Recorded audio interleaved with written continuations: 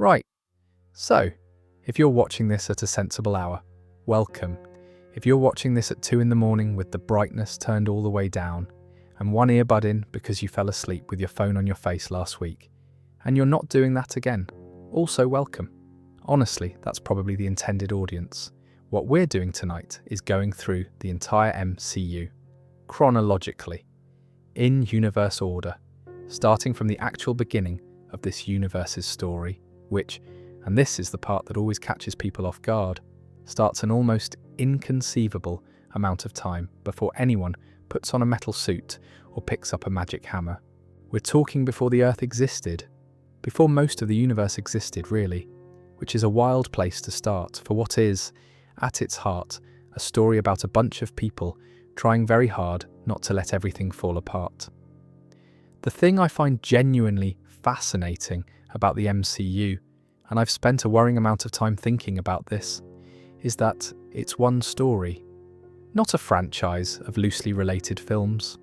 One interconnected narrative that started in 2008 and has since expanded to cover ancient alien civilizations, time bureaucracies, pocket dimensions, animated raccoons with daddy issues, and a man who turned his grief into a sitcom. And most of it, somehow, makes sense as a single piece. The threads connect. The choices have consequences. People remember things that happened 3 films ago. That's rare. That's genuinely rare in storytelling of any kind, let alone blockbuster filmmaking. Tonight we're going through all of it slowly. I'm not going to rush. There's no quiz. We're not trying to cram this into a 10-minute video where everything gets reduced to bullet points. We're just going to follow the story the way it actually unfolds, from the oldest parts of the universe to the most recent films, and take our time with it. Some parts will get more room than others, because some parts deserve it. The big emotional turning points, the moments that genuinely changed everything, those get space to breathe. The connective tissue gets a comfortable summary. If you enjoy this kind of thing, long, unhurried storytelling, the sort of video you put on when you want the room to feel a bit less quiet, there's a subscribe button somewhere on this page, and I make a lot of this kind of content. No pressure. It'll still be here, now, the MCU. All of it, starting at the very beginning, which is, as it turns out, not on Earth at all. Before there were heroes, before there were planets with anyone on them worth protecting, there were the Celestials, and before even them, there were the Infinity Stones. So let's start there, because nothing that happens later makes quite as much sense without understanding what these things actually are. The Infinity Stones are 6 objects, each one an almost incomprehensible concentration of a fundamental cosmic force. Space, time, reality, power, mind, soul, each one is capable of reshaping entire civilizations on its own. Together, held in the right configuration, they can rewrite the universe. They're not weapons exactly, though they get used as weapons constantly. They're more like the operating system of existence made physical, 6 pieces of a power so total that it predates every living thing that ever encountered it. They're scattered across the universe at the start of all this. Some are hidden, some are locked away, some are being held by people who have absolutely no idea what they've got. And over the course of this entire story, the question of where they are and who's trying to collect them is the thread that everything else is woven around. Then there are the Celestials, enormous, impossibly ancient beings, think the size of a small moon, that sort of scale, who have been seeding planets with life for billions of years. Their agenda, it turns out, is not entirely benevolent. The way it works is this. A celestial plants a seed inside a planet, the planet develops life, that life generates the energy the seed needs to grow. And eventually, over millions of years, the seed becomes a new celestial, emerging from the planet, which destroys the planet. The life that grew on it was, essentially, fuel, fertilizer for a cosmic being. This is the secret underneath the MCU, not hidden in a vault somewhere, not whispered in a post-credit scene. It's the foundational reality of this universe's cosmology. Planets exist to be used. Civilizations arise to generate energy, and then they end. To manage this process, or so we are told, the Celestials create the Eternals. 10 beings, each designed with a specific set of abilities, sent to each seeded planet to protect the developing civilization from the Deviants. Deviants are essentially failed experiments, creatures that kill other life forms rather than letting them thrive, counterproductive to the whole plan. The Eternals are the gardeners, in a sense. They arrive, they protect, they wait. They do not interfere in human conflict or suffering, only in deviant attacks. And they are not told the full truth about why they're there. The Eternals sent to Earth arrive about 7,000 years ago. 10 of them. Circe, who can transmute matter. Icarus, who can fly and project cosmic energy from his eyes. Very Superman, which the film actually acknowledges and is better for acknowledging. Thena, a warrior. Gilgamesh, physically the strongest. Sprite, who can project perfect illusions. Druig, who can control minds. Makari, who moves at superhuman speed. Phastos, an inventor of brilliant capability. Kingo, performer, an energy projector. And Arjak, their leader and the only one who communicates with the Celestials directly. They protect humanity. They watch civilizations rise. They don't intervene in wars or disasters, just in deviant attacks. And slowly, over millennia, they start to develop genuine connections to the people around them, which, as we'll come back to much later, complicates things enormously. Now, going back even further than the Eternals, almost as far back as the universe itself, there are the Dark Elves, an ancient race who existed before the current universe, back when the cosmos was pure darkness. Their king, Malekith, wants to use a weapon called the Ether, one of the Infinity Stones in its liquid, dangerous form, to plunge everything back into that darkness during a cosmic event called the convergence. He stopped the first time. The Ether is hidden, and the Dark Elves go dormant in their ships for what will be thousands and thousands of years. We'll come back to Malekith when the story catches up to him. For now, the Ether is out there, and that's enough to know. So that's the deep background. Ancient forces, stones scattered across existence, Celestials running a program that nobody on Earth knows about, Dark Elves sleeping in space, all of this machinery in place, waiting for the universe to catch up to it. Now let's talk about somewhere a bit closer to home. Asgard is not in space exactly. Or rather, it's not the kind of place you could find by pointing a telescope at the right part of the sky. It's one of the 9 realms, 9 distinct worlds connected by an ancient cosmic structure called Yggdrasil, the World Tree, which is more metaphysical framework than literal tree, though the visual the MCU uses for it is quite beautiful. Each realm is a different world, some populated, some barren, some hostile, connected to each other through pathways that the Asgardians can travel via the Bifrost, a rainbow bridge of light and energy that functions more or less as a trans-dimensional teleportation system. I don't know. It sounds absurd written out like that. It looks magnificent on screen. Odin rules Asgard, and at the height of his power, Odin is not a benevolent shepherd of the cosmos. He is a conqueror. He leads Asgardian forces across the 9 realms, expanding the empire, claiming territory, defeating those who threaten his dominion. The Asgardians we meet later are the descendants of that age.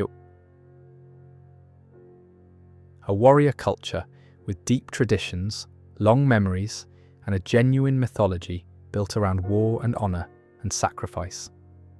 The conflict with the frost giants of Jotunheim is one of the defining wars of this era. The frost giants, led by their king Laufey, are an enormous, cold and powerful people who attempted to invade and conquer the human realm of Midgard, Earth, centuries before the story begins. Odin defeats them, drives them back to Jotunheim, takes the source of their power, the casket of ancient winters, as a trophy. The peace holds, tense and resentful, for centuries.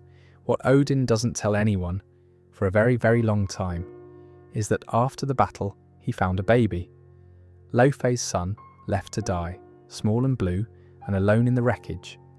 Odin took the child and raised him as his own, named him Loki, changed his appearance so he looked Asgardian, gave him a childhood alongside Thor, Odin's biological heir.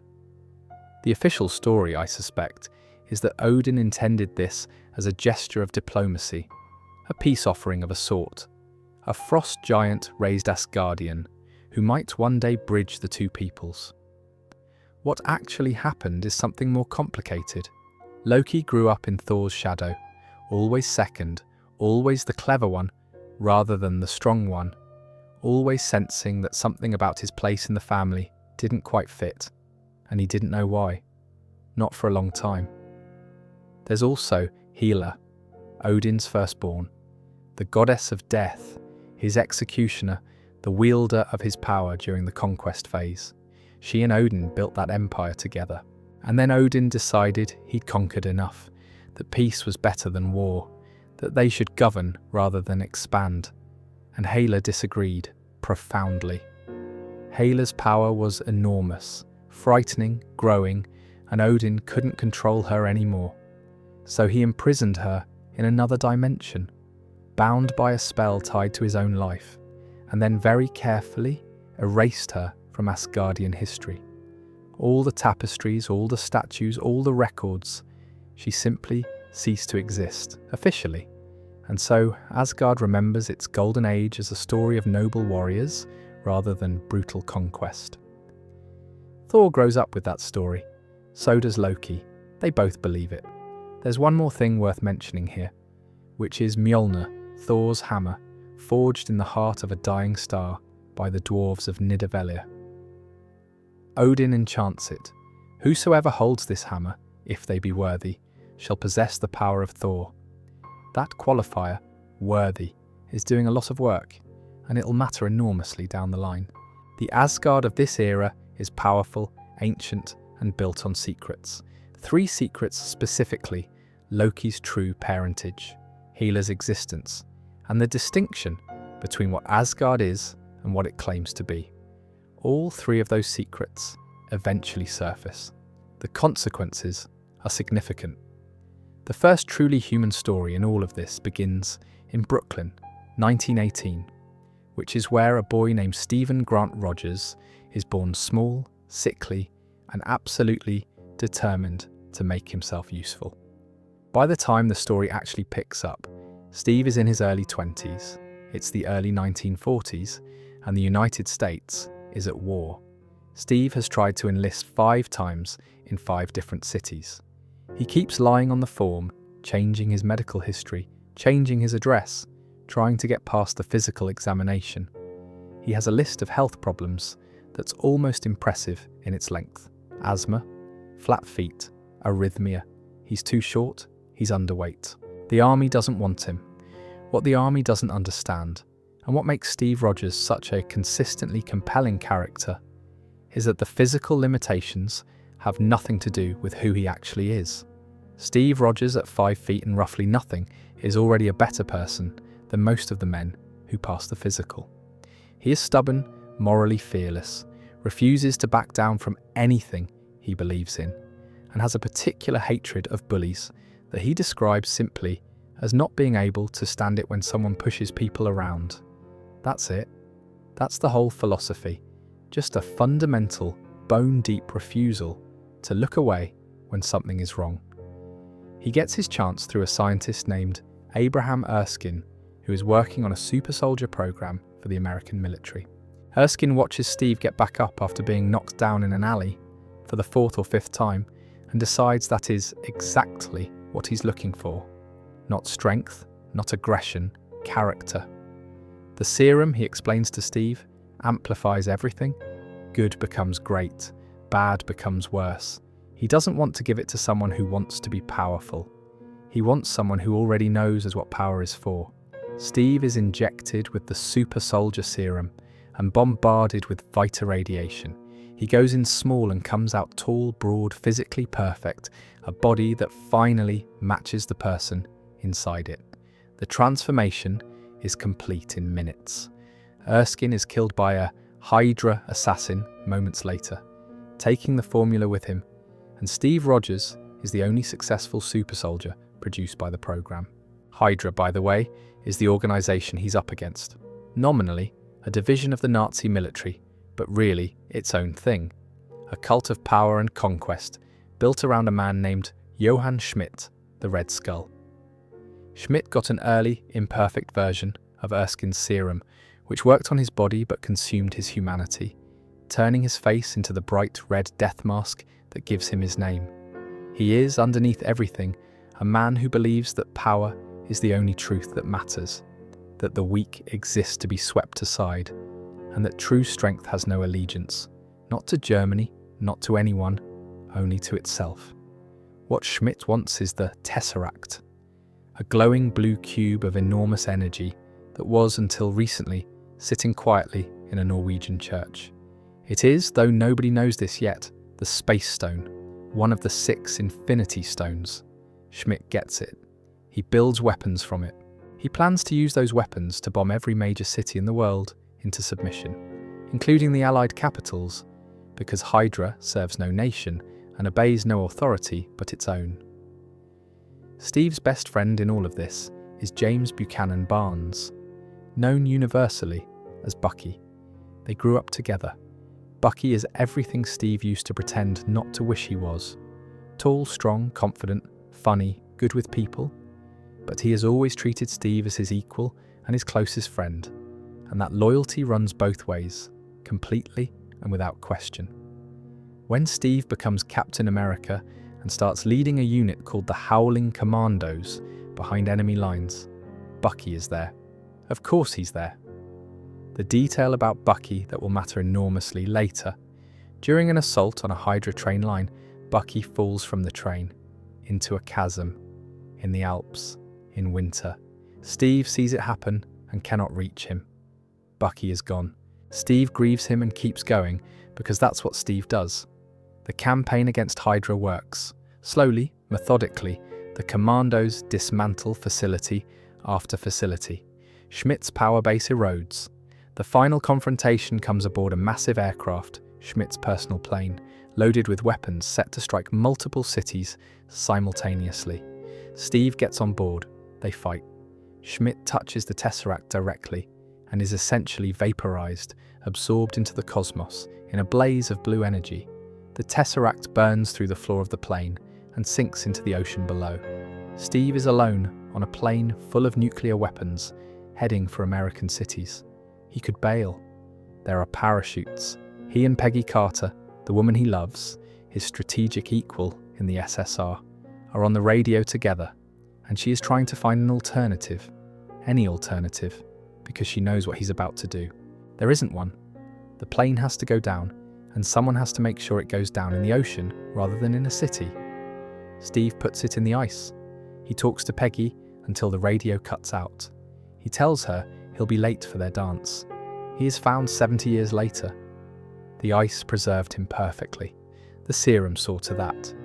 He wakes up in what looks like a 1940s hospital room, but has a baseball game playing on the radio that he already knows the result of, and he understands immediately that something is wrong, and he runs out of the building and into the middle of Times Square in 2011, and the world is enormous and different, and everyone he loved is dead or very old.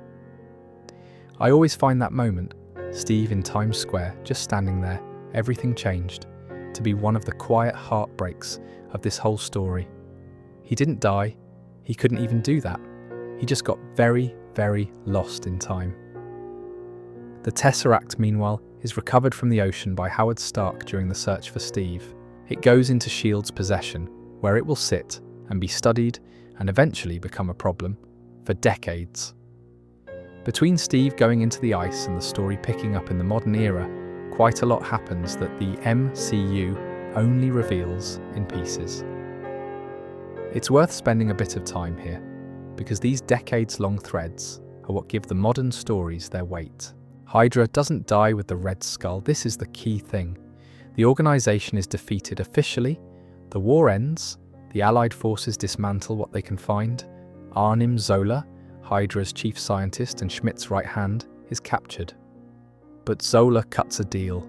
He offers his knowledge to the Americans in exchange for his freedom, becomes a part of Operation Paperclip, and then does something extraordinary in its audacity. He rebuilds Hydra inside S.H.I.E.L.D. The Strategic Homeland Intervention, Enforcement and Logistics Division, which is indeed what S.H.I.E.L.D. stands for, the films do acknowledge how absurd that acronym is founded in the aftermath of the war, partly by Howard Stark and partly with the help of the intelligence apparatus that Zola helps construct. Hydra agents join S.H.I.E.L.D. at every level, slowly, patiently, over decades, not to destroy it immediately, but to guide it, to influence it, to use its resources and authority to advance a very long plan. Zola programs his own consciousness into S.H.I.E.L.D.'s computers before his body gives out.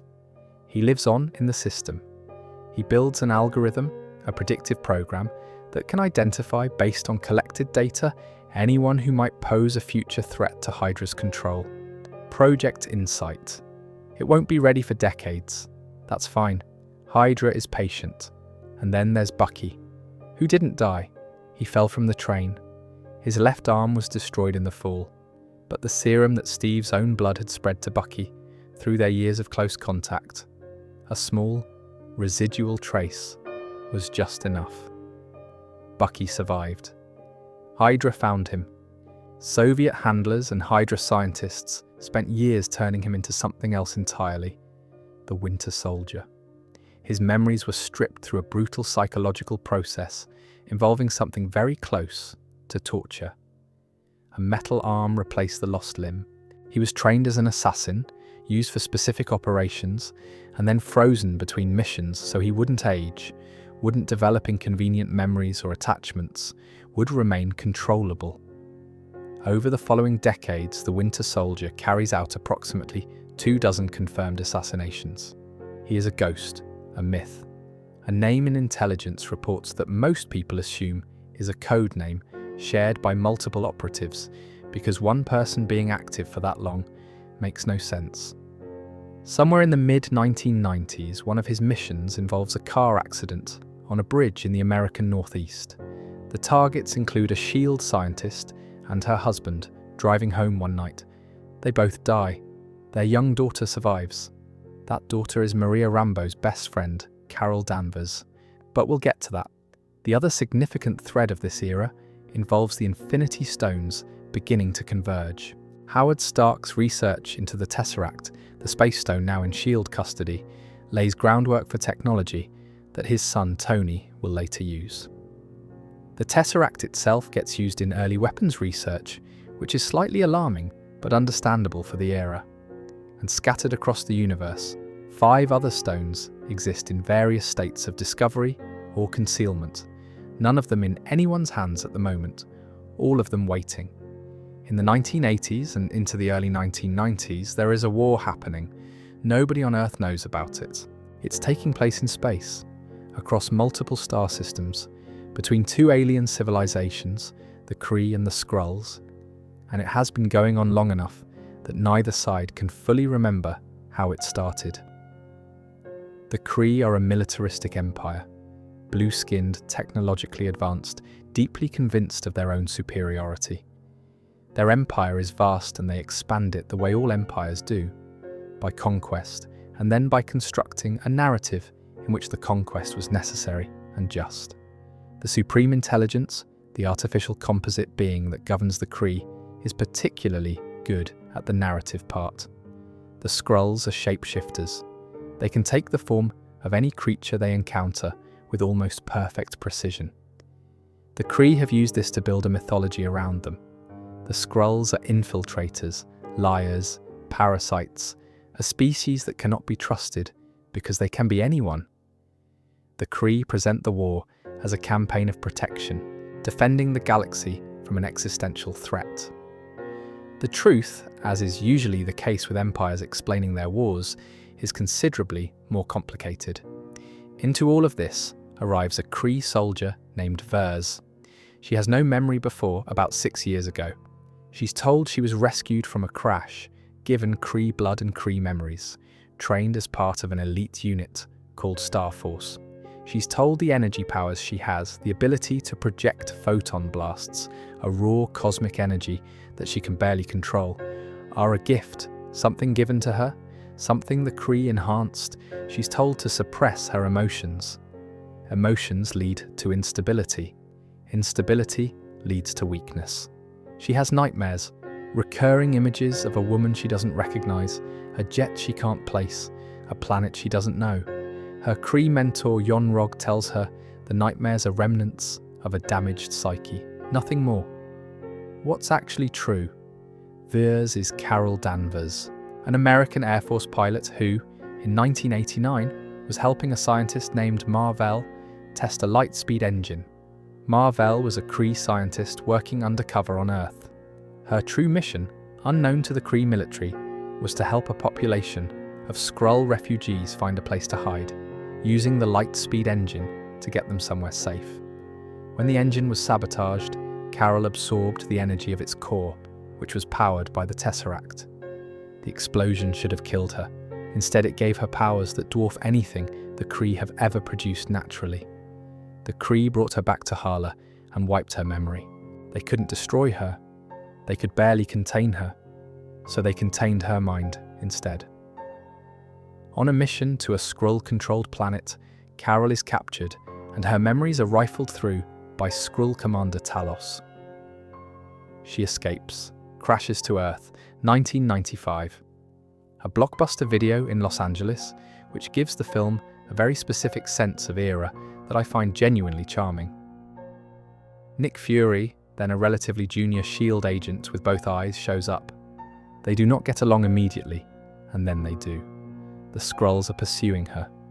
The film does an elegant job of keeping you uncertain about them until the moment it shows its hand, which is that the Skrulls, Talos and his people, specifically, are not the enemy. They're refugees, they're a scattered population trying to find somewhere to exist without being hunted. The Kree destroyed their homeworld. The war wasn't a protective campaign. It was an act of extermination dressed up in the language of defense. Carol figures this out. She also figures out who she actually is through fragmented memories and what remains of Mar-Vell's research files. She finds the Tesseract, which Mar-Vell had hidden aboard her lab in orbit. She meets Monica Rambeau, the young daughter of her old friend Maria, and she makes a choice. She could stay. She has a life on Earth, or at least the pieces of one. People who care about her. Maria would have her back in a heartbeat, but there are people in space who need help, and she is quite possibly the most powerful being in the known galaxy at this moment, and that matters. Before she goes, she gives Fury a modified pager, set to one frequency, her frequency, for emergencies only. Real emergencies, the kind that can't be handled by ordinary means. Fury promises to use it wisely. Then she flies into space to help the Skrull refugees find a home. The Kree retreat. Carol Danvers becomes Captain Marvel, even if that name doesn't fully coalesce for some time. Fury goes back to work. He files a report. He starts thinking about what it would mean to build a team for a future that might include problems well beyond the Kree. He calls it the Avengers Initiative, after Carol's Air Force call sign, Avenger. He'll spend years building the framework for it. The thing that makes it possible, eventually, is a remarkable coincidence of extraordinarily capable people, all existing at the same time in the same corner of the universe. Or possibly not a coincidence at all. The modern era of the MCU begins in 2008 in a cave in Afghanistan, with a man who has everything and is discovering for the first time what it costs. Tony Stark, genius, billionaire, weapons manufacturer, the kind of person who is so intelligent and so confident that he has never had to actually reckon with the consequences of anything. Because consequences are for people who don't have a private jet and a team of lawyers. He's the head of Stark Industries, which his father Howard built and which Tony inherited in his mid-20s. He is 36 years old at the start of this story, charming and careless, and he has spent his entire adult life making weapons and selling them to the American military without thinking very hard about where those weapons end up. He gets a very abrupt lesson in where they end up when he's kidnapped in Afghanistan by a terrorist group and discovers, in their cave, a stockpile of Stark Industries weapons, missiles, ordnance, things he built, things that found their way here through supply chains and black markets and the ordinary corruption of arms dealing, and here they are, and people were killed with them, and Tony Stark is now in a cave being told to build a more powerful version. What he builds instead, in that cave, with shrapnel moving toward his heart and a physicist named Ho Yinsen keeping him alive, is an arc reactor, a miniaturized power source that he uses to power an electromagnet that stops the shrapnel from reaching his heart. And then he builds a suit, a crude, heavy, barely functional suit of powered armor. He and Yinsen make their escape. Yinsen dies, Tony gets out.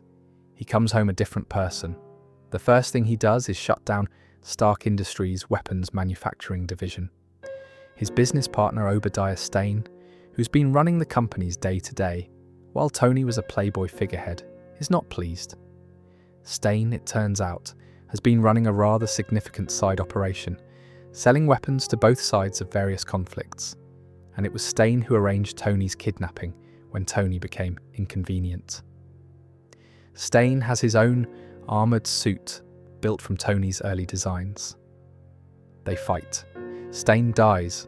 Tony, at a press conference shortly after, does something no superhero had done in any major film franchise up to that point.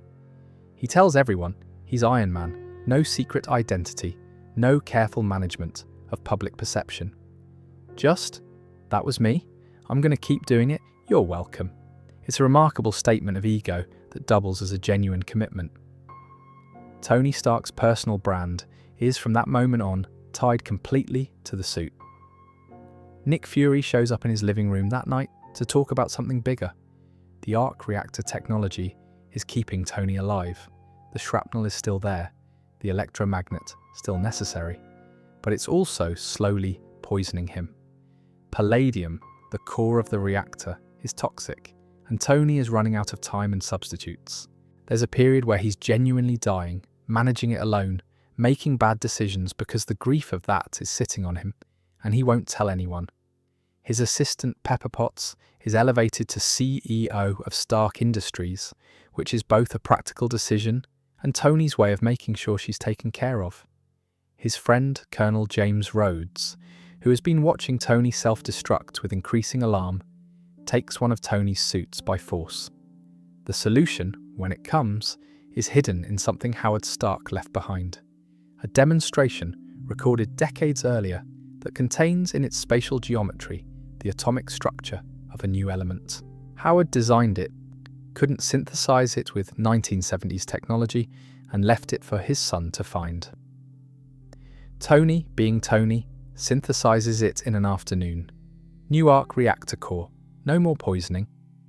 Also, a weapon capable of dealing with Ivan Vanko, a Russian physicist with a grudge and some very dramatic electromagnetic whips. The Stark Expo wraps up. Rhodes keeps a suit. He becomes War Machine, a military-operated counterpart to Iron Man, and that relationship, the Stark suit in government hands, will create complications later. But for now, Tony Stark is alive, Iron Man is established, and S.H.I.E.L.D. has confirmed that there's something worth building a team around. One more piece.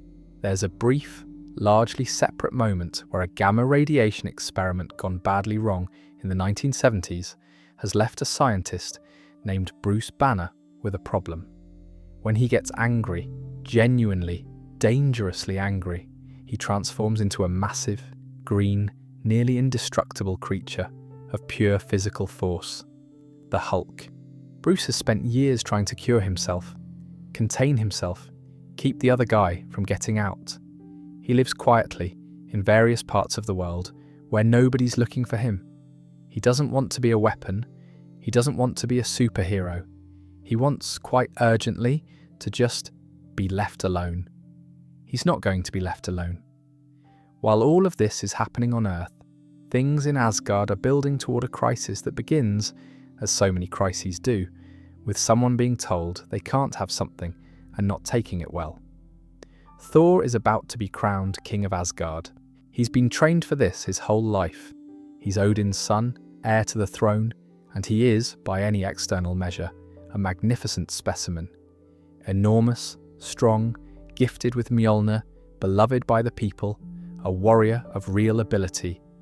He is also, at this point in his story, profoundly arrogant, not cruel, not malicious, just utterly, completely convinced that his own judgment is correct and that the proper response to any challenge is to hit it very hard. The coronation is interrupted by a small group of frost giants who have infiltrated Asgard's vault, apparently trying to reclaim the casket of ancient winters. They're stopped by the destroyer before they get to it. Thor wants war, Odin says no. It was a small incursion probably sanctioned by Laufey, but not definitively so, and war is not the proportionate response. Thor disagrees, loudly. Loki, standing at his brother's shoulder, suggests quietly that they could go to Jotunheim, not for war, just to talk, to ask Laufey directly what the incursion meant, and if things went badly, well, Thor and his friends could handle themselves. Right? Thor agrees. This is not Loki being a good brother. This is Loki being a very, very precise manipulator who knows exactly what Thor will do when things go badly in Jotunheim, which is immediately start a fight that they cannot win. And that's exactly what happens. The Warriors Three, Sif, Thor, and Loki ride through a secret pathway into Jotunheim. The meeting with Laufey does not remain diplomatic for long. There's a fight. Odin arrives and pulls them out. And Odin, who has been managing Thor's arrogance for decades with patience, has finally run out of patience. He strips Thor of his power, takes Mjolnir, banishes him to Earth with a single enchantment attached to the hammer, worthy. Whosoever holds this hammer, if they be worthy, shall possess the power of Thor. The hammer falls to New Mexico. Thor falls after it. He lands in a crater in the desert and gets hit by a van driven by astrophysicist Jane Foster, which is not a dignified beginning for an exiled god. Jane is brilliant, earnest, and studying atmospheric phenomena that, it turns out, are related to the Bifrost's passage. She and her team take Thor in, somewhat reluctantly. He tries to retrieve Mjolnir from the crater where it landed, which S.H.I.E.L.D. has cordoned off as a point of interest. The hammer doesn't move, not an inch. He's not worthy yet, and the enchantment is absolute. Back in Asgard, Odin falls into a deep sleep. The Odin sleep, a periodic shutdown his body requires to regenerate. Loki, ruling in his stead, has meanwhile discovered something that has been rattling around in the back of his mind as something not quite right. He is a frost giant. He is Laufey's son, Odin's big secret, the blue-skinned infant, taken from the battlefield and given a different face. Loki goes to the vault, touches the casket of ancient winters, and his skin briefly turns the pale blue of his true heritage, and something in him breaks, quietly. What Loki does with this information is not to grieve it or talk to someone about it. He arranges for Laufey to come to Asgard and kill Odin, and then at the last moment kills Loki himself, not to save his father, or not only that, but to prove something. To do something tremendous. To be the one who saved Asgard, the king's son who protected the realm from the threat that the king created by having the softness to take a frost giant infant home. He wants Odin to wake up and look at him and see someone worth seeing. It doesn't go that way. Thor on Earth has started to change, slowly. Without his powers, without Mjolnir, he's just a person. An odd, occasionally pompous person who eats breakfast like he hasn't eaten in a week and smashes mugs when he wants more coffee. But a person. He starts to genuinely care about Jane and her work. He starts to understand what his banishment actually means. And when the Destroyer, a giant automated Asgardian weapon sent by Loki, arrives in the small New Mexico town and begins destroying it, Thor makes a choice. He walks out to meet it, alone, in his human body. He tells it to stop, to take him instead, to leave everyone else alone. the destroyer hits him. Hard. He lies in the road, barely breathing, and Mjolnir lifts, flies to his hand. He holds the hammer and the power returns, all of it, instantly, and he defeats the destroyer and returns to Asgard. The final confrontation between Thor and Loki is on the Bifrost, the Rainbow Bridge, which Loki has opened fully and pointed at Jotunheim, planning to destroy the frost giant realm, to prove, perhaps, that he has no connection to it, that he is Asgardian and nothing else. Thor destroys the bridge to stop him. The connection to all realms severs, and Loki, hanging at the broken edge of the bridge, looks at Odin, who has arrived, who is holding Thor, who is watching Loki with something that might be love and might be sorrow, and lets go, falls into the void. He'll be gone a while. When he comes back, he'll be different. A quick but important stop. Bruce Banner, who was mentioned earlier and deserves slightly more than a footnote. Bruce is a brilliant physicist who is working on gamma radiation research, partly for the military, partly chasing his own scientific obsession with the super soldier program and its potential. He was exposed to an enormous dose of gamma radiation in an accident that should have killed him. The radiation rewrote something in his biology. Now, when his heart rate spikes beyond a certain point, when he gets truly, physiologically angry, he transforms into the Hulk. 8 feet tall, roughly 270 kilograms of green muscle and pure rage, essentially indestructible in the short term, and with a healing factor that makes most injuries irrelevant. The Hulk and Bruce are, in important ways, not the same person. Bruce is careful, quiet, deeply conscious of the potential for harm. The Hulk is the opposite of all of that. Bruce has spent years trying to find a cure, to isolate the mechanism, to fix what happened. General Thaddeus Ross, who funded the original research and who's also the father of Bruce's former partner Betty, wants to weaponize rather than cure. He sends a special forces soldier named Emil Blonsky after Bruce. Blonsky eventually gets an experimental super soldier treatment, which is a terrible idea given his personality, and becomes the Abomination, bigger than the Hulk, arguably stronger, and without anything resembling a conscience regulating it. The fight in Harlem between the Hulk and the Abomination is the kind of thing that ought to be deeply concerning for anyone in the surrounding buildings. The Hulk wins. Bruce, in the aftermath, is trying to manage a life. He can feel the other guy, always. It's not going away, but there are moments of control, something approaching equilibrium if he's careful. Tony Stark walks into a bar where Ross is drinking alone shortly after and tells him he's forming a team. That's the extent of it. A door, slightly open, the detail worth holding on to. Bruce's blood was taken during the Abomination affair. Experiments on that sample, combined with Blonsky's treatment, will produce a version of the super soldier serum that resurfaces much later. Nothing is ever wasted in this story. Everything comes back. The moment that makes everything official, that turns a collection of individuals into something that might be called a team, or at least a very tense gathering of people with complementary capabilities, begins with the Space Stone. Loki, having survived the fall into the void, has been found by someone, or found his way somewhere. The void between realms is not empty. There are things in it, ancient things, and Loki has made contact with one of them. A being called Thanos, though his name isn't said clearly for some time, has made Loki an offer. The Tesseract, which is still in S.H.I.E.L.'s possession, is what Thanos wants. In exchange for retrieving it, Loki gets an army, the Chitauri, an alien military force, and the chance to rule Earth, which he has decided he'd quite like.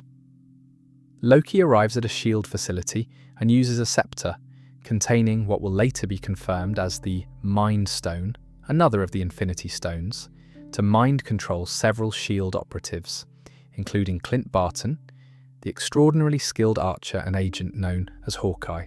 He takes the Tesseract. He leaves chaos behind him. Nick Fury activates the Avengers initiative. The assembly is not graceful. Steve Rogers, still adjusting to 2012, is pulled from a punching session in a largely destroyed gym. Tony Stark is doing architecture in Malibu and not particularly interested in being managed. Bruce Banner is living quietly in Calcutta, helping people, trying very hard to keep his heart rate low. Thor arrives via Bifrost. Odin has found a way to send him, using dark energy as a substitute for the destroyed bridge, and has complicated feelings about his brother's actions. Natasha Romanoff, the Black Widow, a former Soviet assassin who defected and now works for S.H.I.E.L.D., is on her own assignment until Fury calls her in. Clint is under Loki's control, his mind not his own. They meet on the helicarrier, S.H.I.E.L.D.'s massive flying aircraft carrier, and they do not immediately get along. At all. The interpersonal friction is almost the whole film for the first act. Tony and Steve clash on every philosophical axis. Tony sees Steve as a relic, an earnest soldier from a simpler time who doesn't understand how the modern world works. Steve sees Tony as someone who has never had to sacrifice anything, who treats his own intelligence as a substitute for accountability. They're both right and they're both wrong, and neither of them can see it yet. Bruce is a source of anxiety for everyone, because the Hulk is a source of anxiety for everyone, including Bruce. Thor feels responsible for Loki's crimes. Natasha is managing everyone's psychology simultaneously, which is her particular skill. She reads people the way most people read text, and what she reads is a group of individuals who have not yet found a reason to trust each other. Loki gives them one. Phil Coulson, a S.H.I.E.L.D. agent who has been working with all of these people at various points, a decent and quietly courageous man who finds Steve Rogers genuinely inspiring in a way he finds slightly embarrassing. Confronts Loki during an attack on the helicarrier. He's armed with a weapon from S.H.I.E.L.D.'s research division. Loki kills him. Coulson's death is quick and undramatic, and it hits harder than most deaths in films that spend more time on them. Fury uses Coulson's death to focus the team. He shows them trading cards, vintage Captain America cards, covered in Coulson's blood, and says Coulson believed in something, in the idea of people working together for something larger than themselves, and they should consider what that was worth. Tony and Steve have a quiet conversation where each one says something true that the other needed to hear, and then they go. The Battle of New York. Loki has built a device on top of Stark Tower, a portal powered by the Tesseract that opens a doorway to Thanos' fleet in space. The Chitauri pour through in enormous numbers. The Avengers hold the island of Manhattan essentially alone, Thor destroying as many as he can, the Hulk exceeding everyone's expectations in the most cathartic possible way, Steve directing the defense on the ground, Tony providing air support, Natasha and Clint freed from Loki's control by a knock to the head, which is undignified but effective, working from below. The World Security Council, deciding that New York is lost, launches a nuclear missile at Manhattan without authorization. Tony intercepts it, takes it through the portal into the Chitauri fleet, where it detonates among their command ships. And the Chitauri, it turns out, are networked through a central system, and when the command ships go, so do all the Chitauri. The portal closes. Tony comes back through it unconscious, falling from the sky, and the Hulk catches him with a sound that can only be described as a wake-up roar. Tony wakes up. The Hulk's face is inches from his. "We won," someone says. Tony wants shawarma. Loki is captured. Thor takes him and the Tesseract back to Asgard for judgment. The team disperses, but the template is established. These people can work together when it matters. The question of whether they can maintain that when it doesn't matter urgently is something nobody asks right now. In the chaos of the battle, something else happens that won't become relevant for years. The Mind Stone scepter is retrieved by S.H.I.E.L.D. It goes into storage, but the scepter radiates a low-frequency energy that affects the people around it.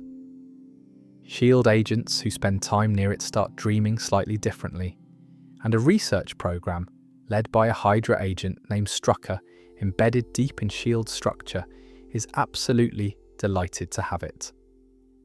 One more quiet detail from this period. Somewhere in Eastern Europe, in a place called Sokovia, a pair of orphan twins are growing up in poverty with a very deep resentment of Stark Industries, Pietro and Wanda Maximoff. A Stark manufactured mortar sat unexploded in their apartment for 2 days after killing their parents. They were 10 years old. They didn't move from the corner. They stared at the weapon. They waited. That will matter later. The second Thor film has a somewhat complicated reputation. It's not the fan favourite, and honestly, the villain isn't given quite enough room to be as interesting as he could be. But there are things in it that matter enormously, and at least one scene that is, I think, quietly devastating. The setup. The convergence is coming. This is an astronomical event that happens once every 5,000 years. When all 9 realms align and the barriers between them thin, things can pass between realms during the convergence that normally can't. This is when Malekith, who has been dormant in his ship since his last defeat thousands of years ago, wakes up. Because the convergence is when the ether, the reality stone, can be used to its full effect. The ether finds a host, Jane Foster, on Earth, investigating unusual atmospheric readings during the convergence thinning, falls through a portal and discovers the ether in a hidden chamber. It enters her body, and suddenly Jane is carrying one of the Infinity Stones, which does not appear to be pleasant. She becomes visibly unwell. Malekith can sense the ether's presence. He starts moving. Thor brings Jane to Asgard. The healers can't remove the ether. Malekith attacks Asgard directly. A devastating assault that leaves the palace in ruins, many soldiers dead, and Frigga dead. Frigga is Thor and Loki's mother, the Queen, and her death is written quietly and landed heavily. She dies protecting Jane from Malekith. She creates an illusion of Jane, forces Malekith to attack the illusion, but Curse, Malekith's enhanced soldier, reveals the deception, and Malekith kills her rather than let her stall him further. The grief that follows is handled well. There's a moment where Loki sits in his prison cell, alone with the news, and drops his usual composed magical glamour, the tidiness, the controlled environment, and lets the cell look the way he actually feels, destroyed. It's a brief moment, barely 20 seconds on screen, but it's the most human thing Loki does in the first 2 films. Thor makes a decision that everyone around him thinks is spectacularly bad. He's going to go to Svartalfheim, the Dark Realm, and give Malekith what he wants. Let him think he's taking the ether from Jane, and then destroy him and the ether together. The plan requires Loki, because the plan requires someone who can navigate their way through Asgard's security undetected, and who has reasons of his own to want Malekith dead. Thor goes to Loki's cell. They manage an uneasy truce. The plan goes badly in several ways, including what appears to be Loki's death. It's not. It's another illusion. But Thor doesn't know that for some time. Malekith gets the ether.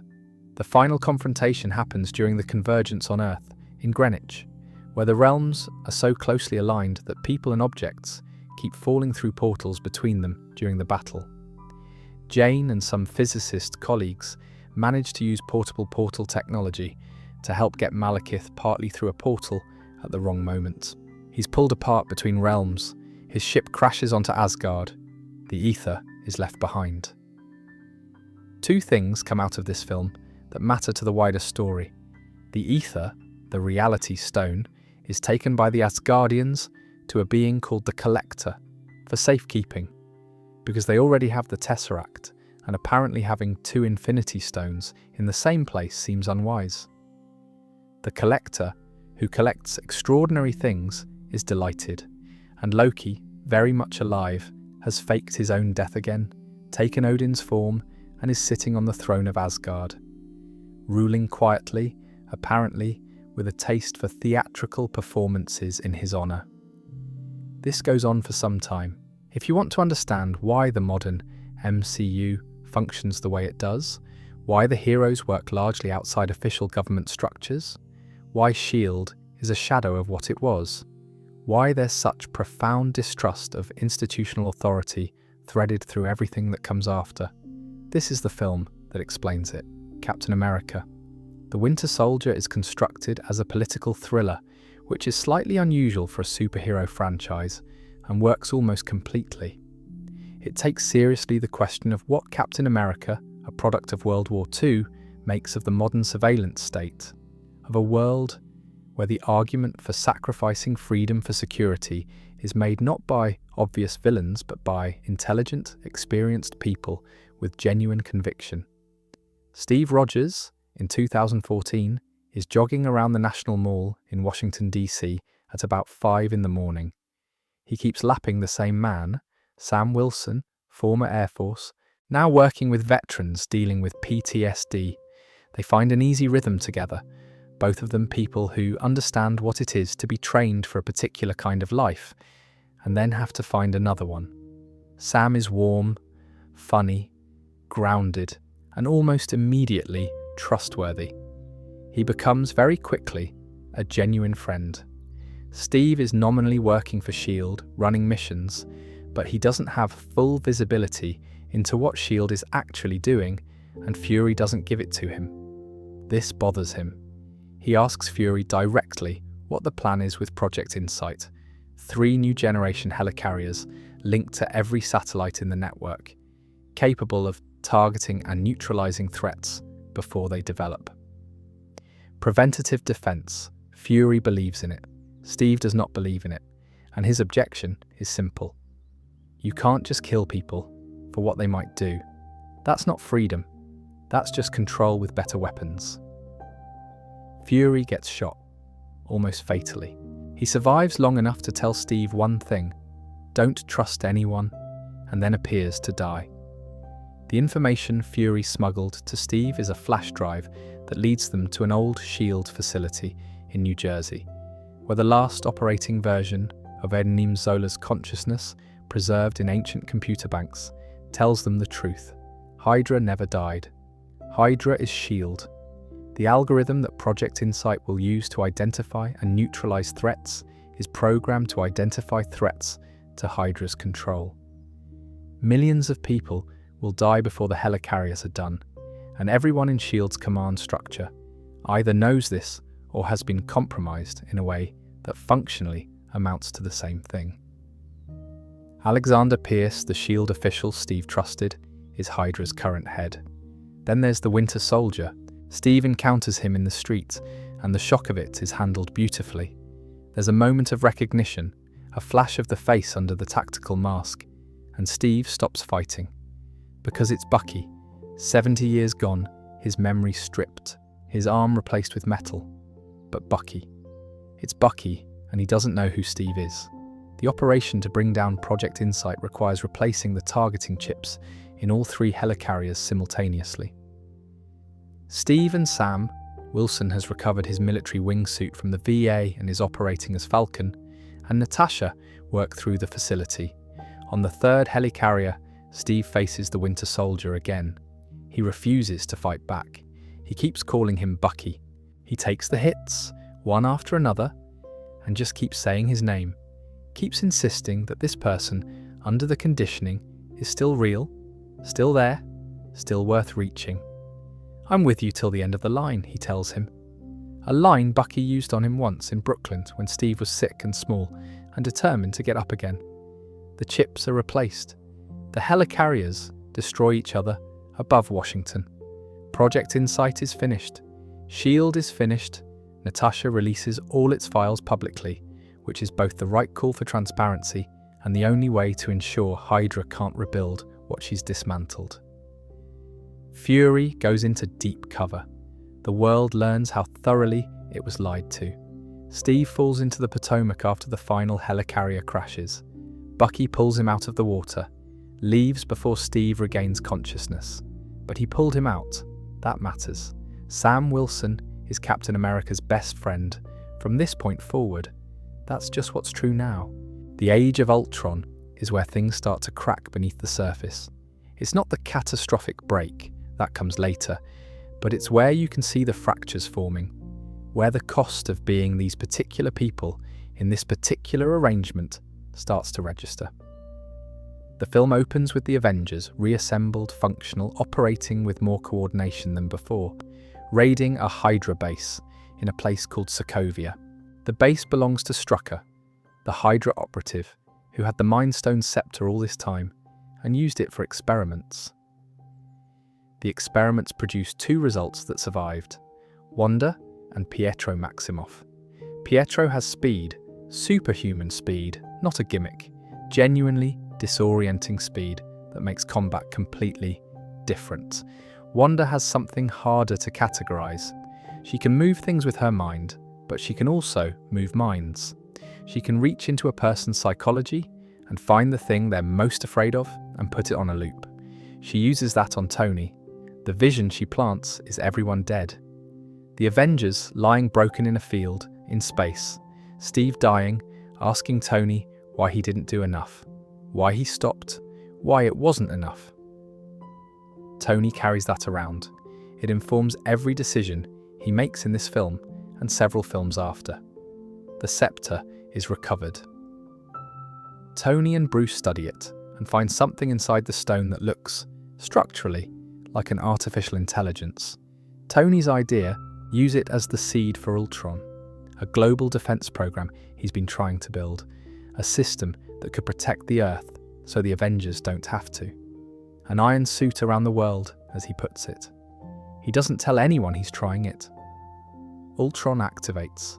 He takes approximately 45 seconds to reach the conclusion that the greatest threat to the world is humanity, and that the Avengers are the greatest defenders of humanity, and therefore the logical first step is removing the Avengers. He builds himself a body, then another, then thousands. He finds Wanda and Pietro, who are very willing to help destroy Stark for reasons we've already covered, and he recruits them. Then Ultron finds Wakanda and vibranium, the most extraordinary natural material on Earth, and a human scientist named Helen Cho, who has developed synthetic tissue technology, and he builds himself a body out of vibranium and synthetic flesh, and the scepter's stone and Cho's technology. This is the body Ultron intends to inhabit as his final form. Before the upload can complete, Wanda, reading Ultron's mind to check his intentions and discovering that his plan ends with humanity's extinction, which he was not told, interrupts the process, and the team recovers the body. Tony uploads Jarvis, his AI, which has been surviving in fragments of the internet since Ultron tried to destroy it, into the body. Thor charges it with lightning, more from instinct than plan. The body wakes up. It is gentle, curious, has some of Jarvis and some of the stone, and something else besides, something new. It lifts Mjolnir almost casually to return it to Thor. Everyone in the room goes completely silent. Nobody tries to pretend they didn't see that. The vision is real. He's genuinely good. He's also, from this moment on, walking around with an Infinity Stone in his forehead, the Mind Stone now set into his brow. And this is going to be a problem. Ultron lifts a chunk of Sokovia into the sky. His plan is to drop it, to create an extinction-level kinetic impact. The Avengers evacuate the population. Fight, hold the line. Pietro dies protecting Hawkeye. Wanda feels it and lets her grief turn into a scream and tears Ultron's heart out of his primary body. The Vision destroys the last copy. Sokovia falls. Nick Fury arrives with a refurbished helicarrier that's been kept in reserve. Most of the civilians get out. Most. In the aftermath, there is a memorial to the dead of Sokovia. There are people who want accountability. There is a man named Helmut Samo, a Sokovian intelligence officer who lost his father, wife, and son in the city's destruction, and who spends the next year constructing a plan, not to defeat the Avengers in battle. He knows he can't do that. To destroy them through what he understands about their psychology. A new Avengers team forms: Vision, Wanda, Sam, and Rhodey, joining Steve and Natasha. Tony steps back to work on other things. Thor leaves Earth to investigate a pattern he's noticed. This was the second time an Infinity Stone appeared in a significant conflict, and he wants to understand why. The Age of Ultron is, in retrospect, a story about what happens when very smart people make large unilateral decisions without consultation. The consequences compound. They always compound. Somewhere in all of this, running roughly concurrent with the Ultron period, there is a much smaller story happening in San Francisco, which is a relief, frankly, given the scale of everything else. Scott Lang is a thief, not a violent one, not even a particularly mercenary one. His most recent theft was from a corporation that was overcharging customers, and he broke in specifically to return the money, which suggests a certain philosophical positioning relative to mainstream criminality. He has a degree in electrical engineering, which he's not using. He has a daughter, Cassie, who is the absolute centre of his universe, and a custody arrangement that he's losing because her mother's new husband, a by-the-book policeman, cannot get comfortable with Scott's record. Scott's great motivating force is not ambition or ideology. It's Cassie. He wants to be her hero. It's that simple. He's recruited through a heist that he thinks is his own idea but is actually orchestrated by the man who wants to recruit him, by Hank Pym. Hank is the original Ant-Man, a former S.H.I.E.L.D. scientist who discovered a subatomic particle capable of shrinking matter while maintaining mass and force, and built a suit around it in the 1980s. He refused to let S.H.I.E.L.D. weaponize the technology, kept it secret, and has been retired for some time. Now there's a threat. Darren Cross, Hank's former protege, who has reverse-engineered the Pym particle and is close to selling his own version, the Yellow Jacket suit, to Hydra.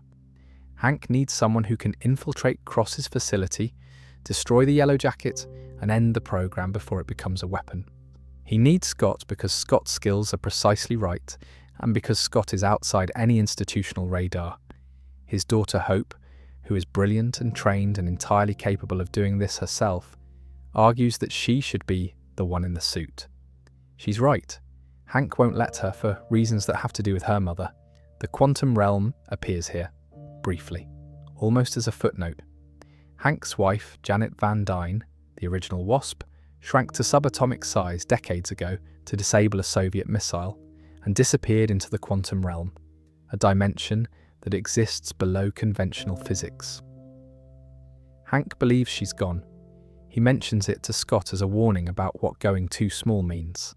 He says this, and then Scott goes too small to stop the Yellow Jacket in the final fight on a Thomas the Tank engine playset in Cassie's room, which is a sentence I enjoy typing. And Scott goes into the quantum realm, and he comes back out. And Hank realizes, in the quiet of that if Scott came back, maybe Janet isn't gone. That thought goes onto a shelf, for now. The fun detail about this film, beyond the shrinking things are still heavy comedy of a full-sized tank keychain, is what the quantum realm actually is. A place without conventional time, without normal physics, a place where, if you lose yourself in it, you might come back years later having experienced minutes, or arrive in your own past or someone else's future. That thought goes somewhere quiet in the back of the story and doesn't surface again for a while. There is a question underneath Captain America, Civil War, that is worth sitting with, because the film is serious enough to actually ask it.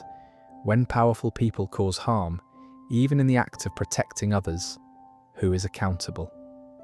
And what does accountability look like when the people involved can't be put in a conventional prison? The Avengers are in Lagos, Nigeria. They're stopping a man named Rumlow from stealing a biological weapon. Rumlow is a Hydra agent who survived the Washington incident from the Winter Soldier, badly burned, now working freelance. He detonates a vest to take Steve out at close range. Wanda deflects the explosion upward with her telekinesis, protecting the street, the civilians, Steve. The explosion moves into a building, a floor of a building, where a delegation from Wakanda is based. 26 people die. The world has been keeping a ledger for a while now. New York, Washington, Sokovia, now Lagos, each time catastrophic damage in the act of preventing worse catastrophic damage. The United Nations wants oversight. They draft the Sokovia Accords. The Avengers will operate under a UN panel's authority. They will go where they're told to go, when they're told to go. They will not act independently. Tony Stark, haunted by the faces of the dead and carrying guilt in a form that calcified into control signs. He believes accountability is necessary. He believes the alternative, a group of extraordinarily powerful individuals operating without checks, is genuinely dangerous. He is not wrong.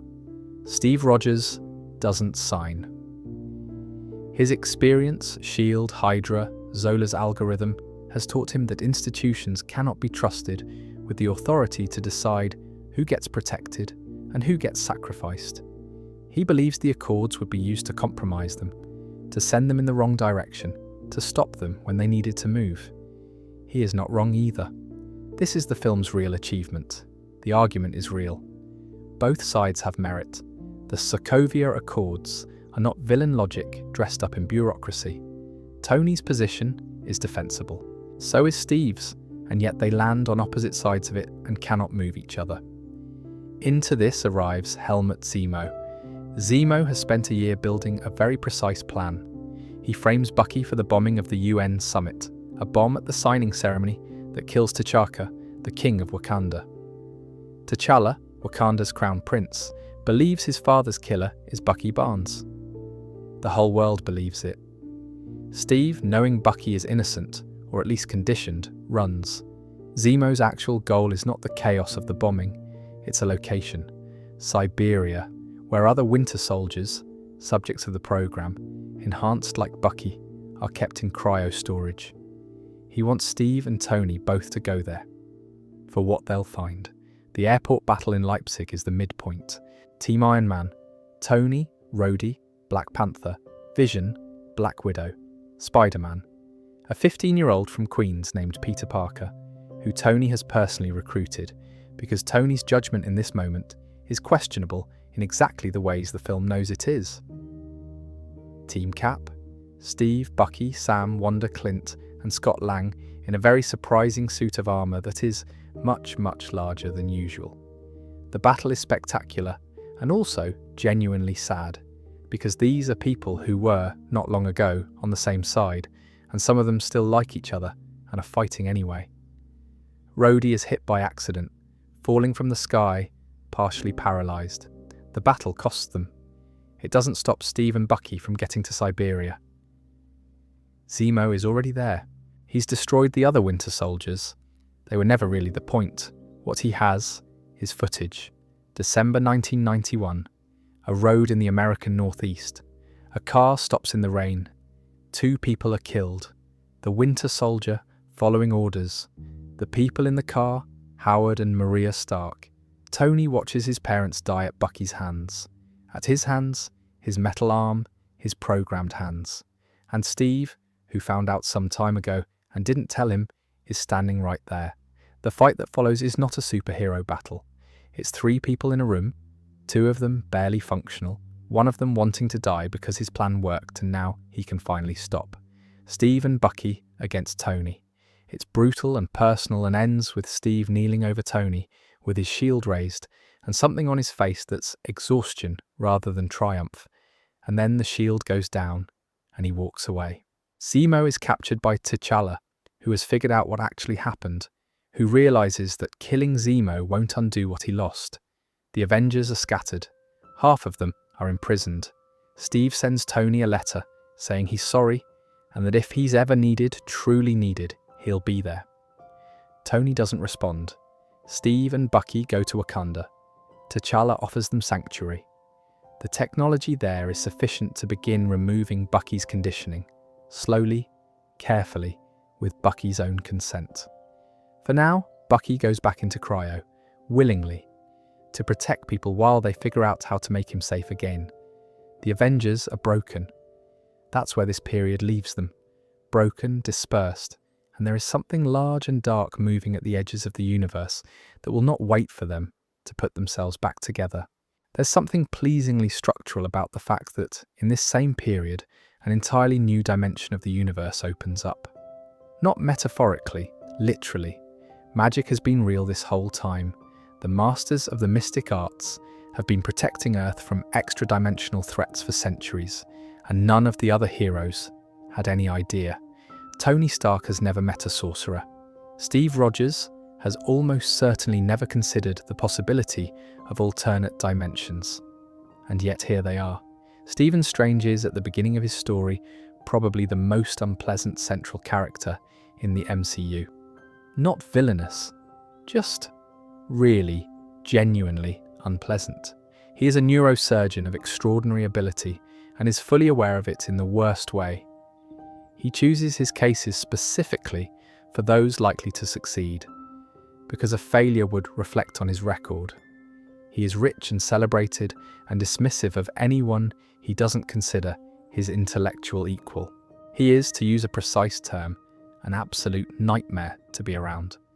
A car crash in the rain destroys his hands. Not completely, he can still move them, can still function, but the precision is gone. The tremor is permanent. He cannot operate. He goes through every treatment available, burns through his savings, pushes everyone away. And then, from a former patient who recovered from a supposedly permanent spinal injury, he hears about a place, Kamartaj in Kathmandu. The Ancient One, who leads the Masters of the Mystic Arts and has been doing so for centuries, greets him by ejecting his astral form from his body and sending it through 17 dimensions in about 4 seconds. Strange's response is to demand more information, which he says is the correct response, and she agrees to teach him. The world of the mystic arts is, in Strange's own words, not mysticism at all. It's applied science, the manipulation of quantum and spatial physics, alternate dimensions, overlapping realities. The Masters maintain sanctums in New York, London, and Hong Kong that stabilize the barriers between Earth and the darker dimensions that press against it.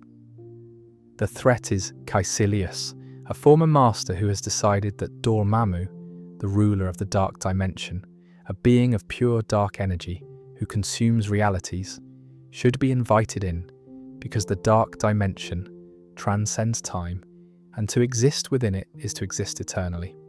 He's not entirely wrong about the appeal, which is the interesting part. He just hasn't thought through what else Dormammu takes alongside the time. Strange eventually defeats Caecilius and Dormammu through a mechanism that is probably the cleverest thing in the film. He traps Dormammu in a time loop. Strange goes to the dark dimension, Dormammu kills him. Strange resets time because he has the Time Stone, the Eye of Agamotto, which he's been wearing without fully understanding it. And Dormammu kills him again, endlessly. Until Dormammu, who has never experienced the concept of repeating consequences before, agrees to Strange's terms and leaves, taking Caecilius with him. Strange becomes the new Sorcerer Supreme. He returns the Time Stone to the Sanctum. He knows what it is now, roughly, an Infinity Stone, one of 6. He is the guardian of one of them. The responsibility of that settles on him and changes how he moves through the world. The interesting detail about Strange as a character, and it persists, is that he's arrogant in a way that was never actually scrubbed away by his ordeal. He's humbler, he's more conscious of other people, but the confidence, the assumption that his analysis of a situation is the correct one, the willingness to make unilateral decisions, that's still there. It will cause problems. It'll also, in at least one crucial instance, save everything. Let's go somewhere completely different for a moment. In space, or in the broader universe that Earth's heroes are mostly not yet aware of, there is a group of people who found each other because they were all simultaneously in an extremely bad situation, and cooperation was the only exit. They are not noble. They are not particularly heroic by inclination. They are, collectively, a criminal, an assassin, a violent, revenge-driven disaster, a literal-minded former prisoner who processes idioms as insults, and a genetically modified raccoon who is furious about existing at all. And they saved the universe, several times. Peter Quill was abducted from Earth in 1988, aged 8, the night his mother died of cancer. He was taken by Ravagers, mercenary salvagers in space, under circumstances that remain murky for some time. He grows up in space, becomes a self-described outlaw, calling himself Star-Lord, and generally operates as a charming, slightly hapless thief who makes up for poor planning with good instincts and an extraordinary taste in 1970s and 80s pop music. He steals a small orb. The orb turns out to contain the Power Stone, another Infinity Stone. This makes him immediately very important to some very dangerous people, including Ronan, a Kree fanatic, who has made a deal with Thanos to retrieve it in exchange for the destruction of an entire planet. In the chaos of being pursued for the orb, Peter ends up incarcerated in a space prison alongside Gamora, Thanos' adopted daughter, raised as an assassin, secretly trying to keep the Power Stone from her father, and Drax, who wants to kill Gamora because Ronan killed his wife and daughter. Drax does not experience metaphor. Every statement he hears is literal. Every piece of his communication is direct and uncompromising. He is the funniest character in the film because the film never makes fun of him, just puts him in situations where his absolute literalness is the most disorienting possible thing. And then there's Rocket and Groot. Rocket is a genetically modified creature who looks like a raccoon and would be very angry at you for saying so. Built for combat, carrying a deep and specific fury about his own existence that surfaces occasionally in unguarded moments. Groot is a large tree-like being who can say only 3 words in any combination. I am Groot. Rocket understands every nuance of what Groot is saying. They are inseparable. They have always been inseparable. They escape prison together, broadly because they all have something the others need. They find the Collector, who has the Reality Stone already, though they don't interact with it here, and discover what the Power Stone actually is. The first person to touch it in centuries is immediately vaporized. It is not a thing to hold. Ronan gets the stone, plans to use it to destroy an entire planet, Sandar, regardless of Thanos' deal. The Guardians, who are now, by force of circumstance and something approaching genuine attachment, a team Swaitspice intercept him above Sandar. The plan that emerges is Peter's. Grab the stone himself, share the power between them, use it against Ronan. It should kill him. It nearly kills all of them. They survive because they hold on to each other. Specifically, Rocket holds Peter's hand, while Peter holds the stone, and Gamora holds Rocket, and Drax holds Gamora. They share the Force. They stay upright. They win. The image of them, holding on to each other while power that should destroy them flows through the chain, is the film's thesis expressed physically. Alone, any of them fails. Together, they manage the impossible.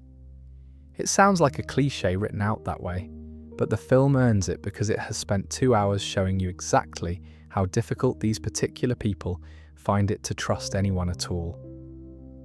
Volume 2 deepens this.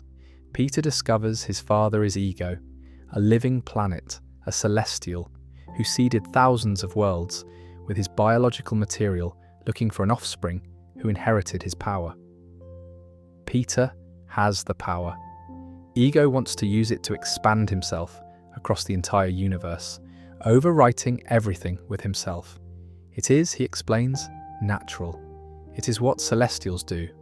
Peter's chosen family, the Guardians, fight Ego and defeat him. Yondu, who abducted Peter from Earth all those years ago, who was rough with him and hard on him and never said anything kind, gets him out by sacrificing his own spacesuit in the vacuum. He gives Peter the suit instead. He may have been your father, boy, but he wasn't your daddy. Yondu says this while handing Peter a moment of grace he didn't know he needed. Yondu dies alone in space, in the cold and the quiet, with Peter watching. It's earned every second of what it costs to watch. Back on Earth and much closer to ground level, Peter Parker is 15 years old, lives with his Aunt May in Queens, has been Spider-Man for about a year, and is absolutely delighted about all of it. The delight is specific and important. Peter is not reluctant about his powers. He loves them. He loves the city from above. He loves that he can help people. Small things, neighborhood things, helping someone find their stolen bike, or stopping a bodega robbery. He is also, as 15-year-old boys often are, deeply convinced that he's ready for more than anyone around him thinks he is, and deeply wrong about that in ways he can't yet see. Tony Stark recruited him for Civil War, gave him a suit with extraordinary technology, and then, once that situation resolved, told him to go back to being a neighborhood Spider-Man. Peter found this frustrating. Tony's AI Happy Hogan is nominally available for emergencies. Peter calls him constantly. Happy doesn't answer. The film's main thread is Adrian Toomes, who runs a salvage company that was contracted to clean up the Battle of New York debris, and then had the contract pulled out from under him by a federal agency. Toomes, angry and pragmatic and with a crew to pay, kept the alien technology he'd already collected and built a criminal operation around it, making advanced weapons from Chitauri components and selling them on the black market. He has a winged suit that gives him the name the Vulture. He is, as MCU villains go, unusually understandable. He has a family he's protecting, people he's responsible for, and a genuine grievance against the system that he turned in the wrong direction.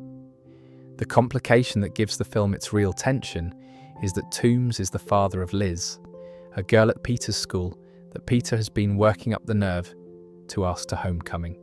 He asks, she says yes. He's elated, and then he's standing in the doorway of her house on the night of the dance, and Toomes is standing behind her. And in the car, on the way there, Toomes figures out who Peter is. He is very calm about it. He tells Peter, with enormous precision, what will happen to the people Peter loves if Peter continues to interfere. Peter bails on the dance. He follows Toomes. The confrontation at Coney Island, where Toomes' operation is stealing equipment from a Stark Industries facility, ends with Toomes' suit malfunctioning catastrophically and Peter pulling him out of the debris. He doesn't have to do that. Toomes tried to kill him twice that evening. Peter does it anyway. In the aftermath, Tony offers Peter full Avenger status and a new suit. Peter turns it down. He says, and means it, that he doesn't think he's ready, and he thinks the work he does in Queens matters. It's a moment of genuine self-knowledge that would be remarkable in any adult and is quite extraordinary in a teenager. He's not done being a neighborhood hero, not yet. Wakanda has been hiding for centuries. This is the central fact around which Black Panther is built. Wakanda sits in East Central Africa, rich beyond any nation's imagining, powered by vibranium, a metal of extraordinary properties that crashed into that land thousands of years ago as a meteorite and was woven into everything Wakanda built, stronger than steel, an energy absorber and conductor of enormous capacity, the foundation of Wakandan technology, which is generations ahead of anywhere else on Earth, and Wakanda has told no one. The official story is that Wakanda is a poor developing nation.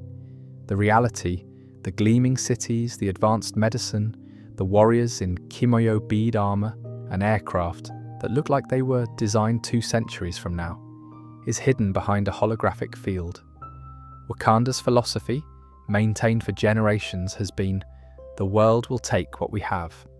Colonization is a real and documented force. We protect ourselves by being invisible. T'Challa becomes king following his father's death in the Civil War bombing. He is intelligent, measured, deeply committed to Wakanda's traditions, and not quite as certain as he appears. He faces a challenge from a M'Baku of the Jabari tribe, defeated legitimately in ritual combat, and is crowned. He has his mother Ramonda, his brilliant engineer sister Shuri, his loyal guard Okoye, the fierce and principled general. He has everything he needs to be a good king. Then Eric Stevens arrives. Eric is an American Black Ops operative with a trail of bodies behind him, a specific name for each kill tattooed in marks along his body. He wants to claim the Wakandan throne through a rite of challenge. He is Wakandan by blood.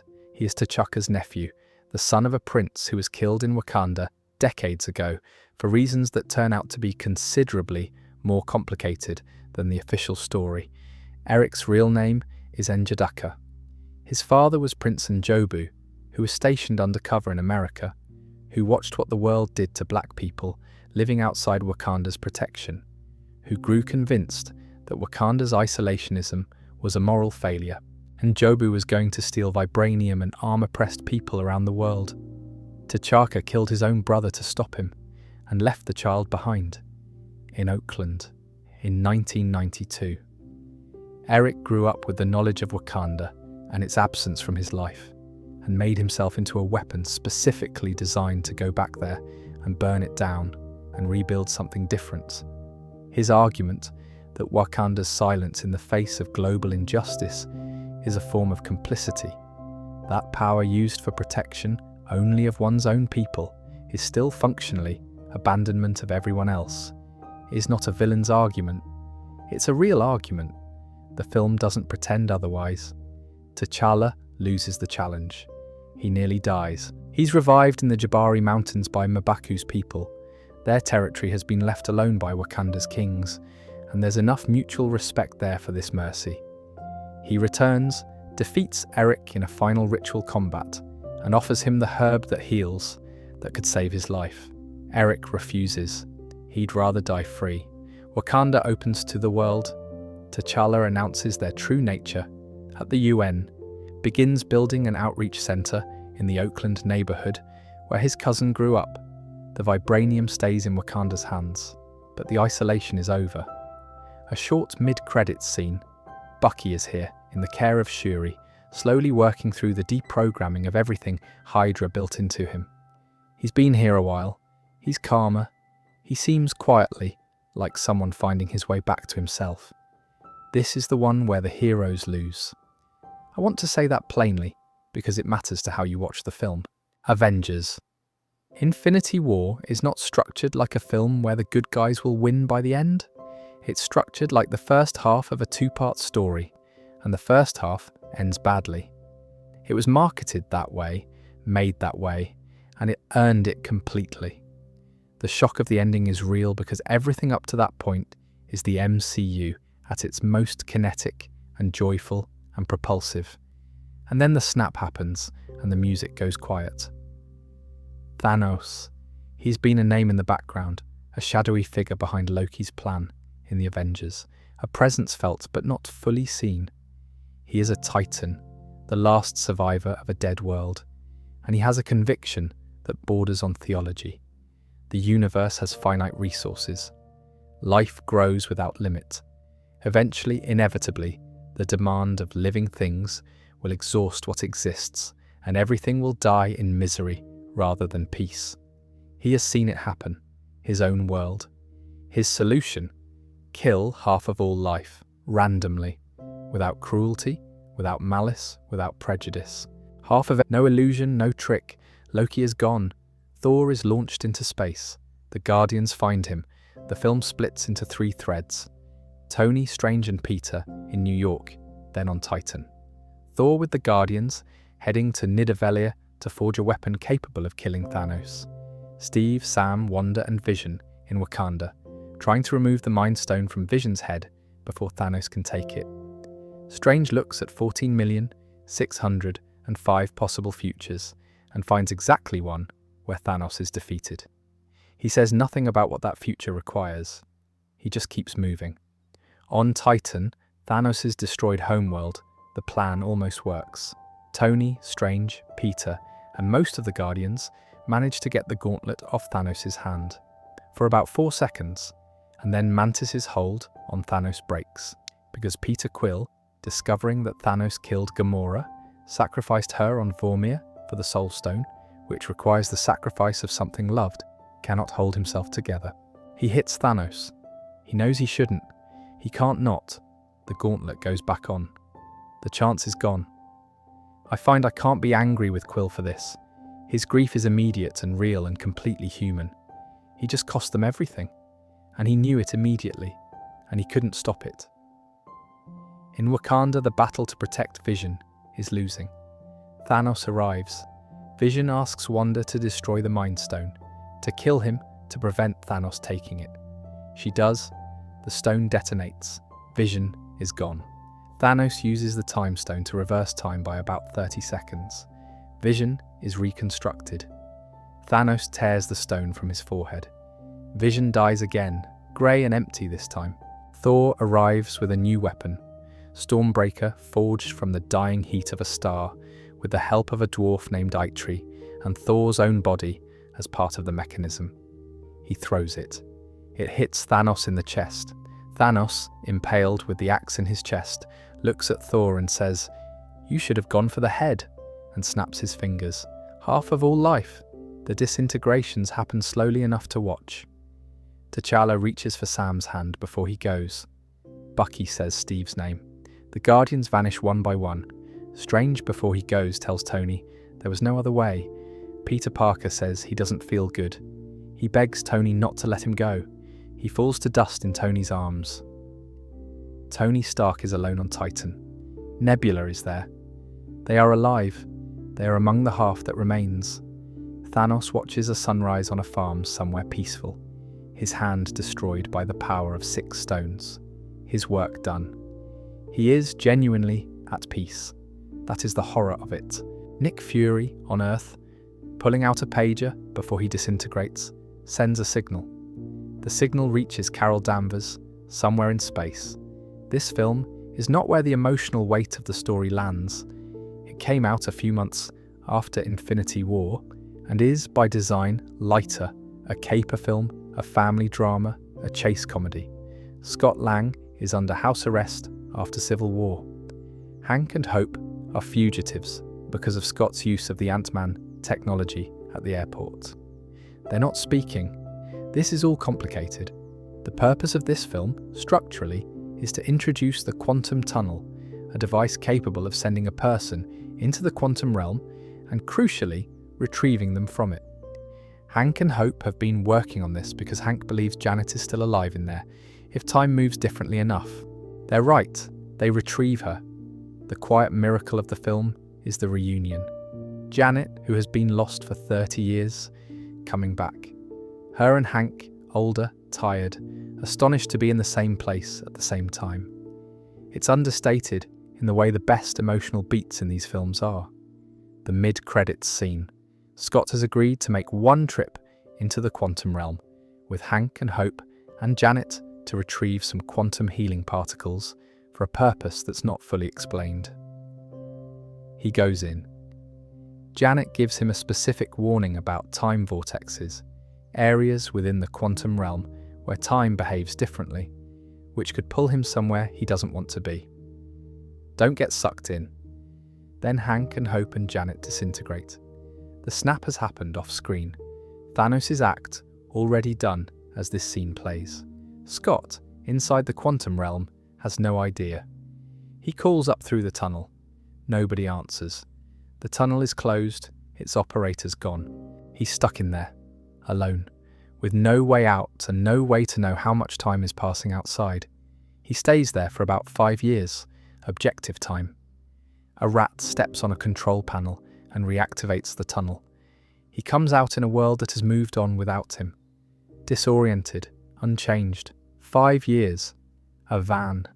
A dusty parking garage in San Francisco. This is the mechanism that saves everything. 5 years after the snap, the world is quiet in the way that grief makes things quiet.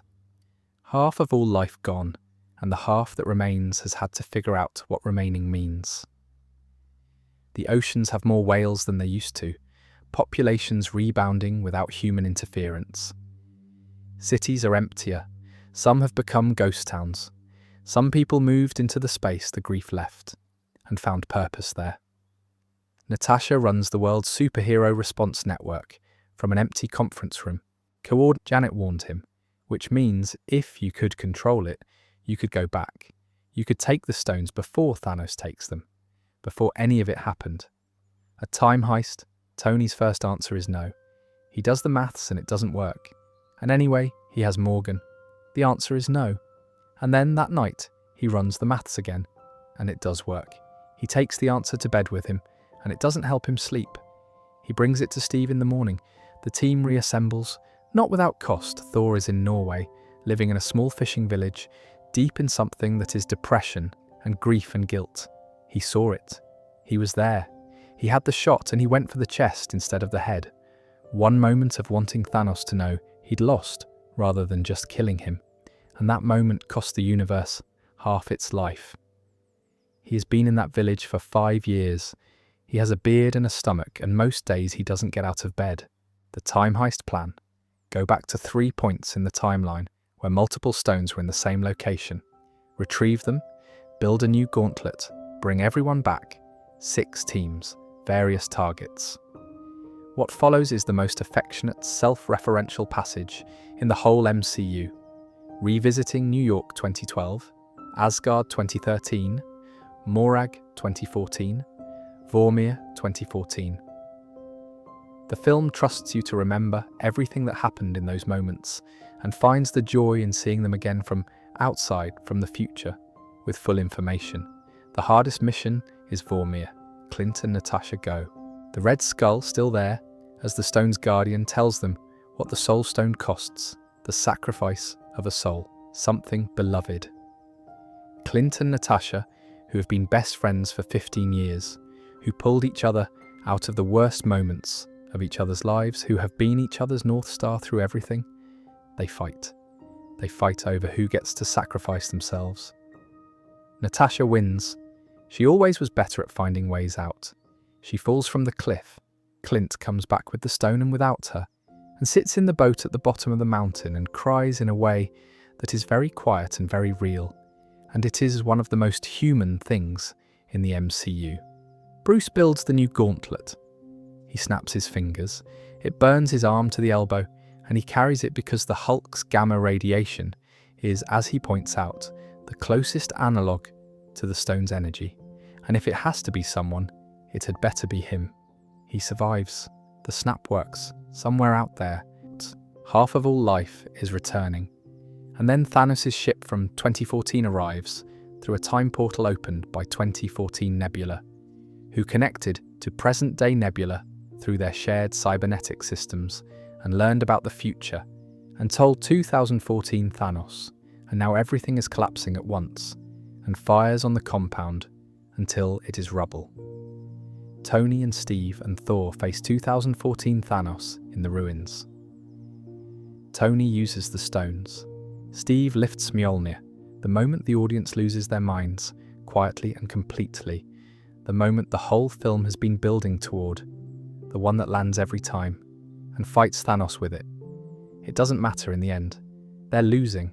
Thanos is about to snap everything into dust and rebuild it from the beginning, and then Sam's voice comes over the comms. Portals open everywhere. Every hero who is gone, coming back through, all of them, all at once. Wakanda, the sorcerers, the Guardians, Spider-Man landing next to Tony and saying, "Hey, Mr. Stark." I've seen this sequence probably 8 or 9 times now, and it does the same thing every time. There's something about the score dropping out, and then all those voices coming through the portals that works on a level completely beyond rational analysis. Every person who has been gone for 5 years returned by Bruce's snap, stepping through the portals into the rubble and the chaos and what is, against all reasonable odds, hope. Tony Stark snaps his fingers. He has the stones. He is not built for this. A human body, no gamma radiation, no capacity for it, and it kills him. Everything on Thanos' side turns to dust. It works. Tony dies by the lake, Pepper sitting beside him, his arc reactor glowing quietly in his chest. Morgan will never know him as well as she would have. He gave her the lake years and now they're done. And what he says at the end is barely audible, and Pepper tells him to rest. The funeral is held at the lake. Most of the world shows up. Steve goes back in time to return the stones and to say proper goodbyes to the people he lost. He doesn't come back through when he's supposed to. He comes back old, a long time later, sitting on a bench. He went back and stayed. He lived the life he didn't get to live, with Peggy in the 1940s and 50s, and everything after. Sam Wilson gets the shield, an old man in the evening light pressing it into the hands of the right person. The age of heroes doesn't end here, but the Infinity Saga does.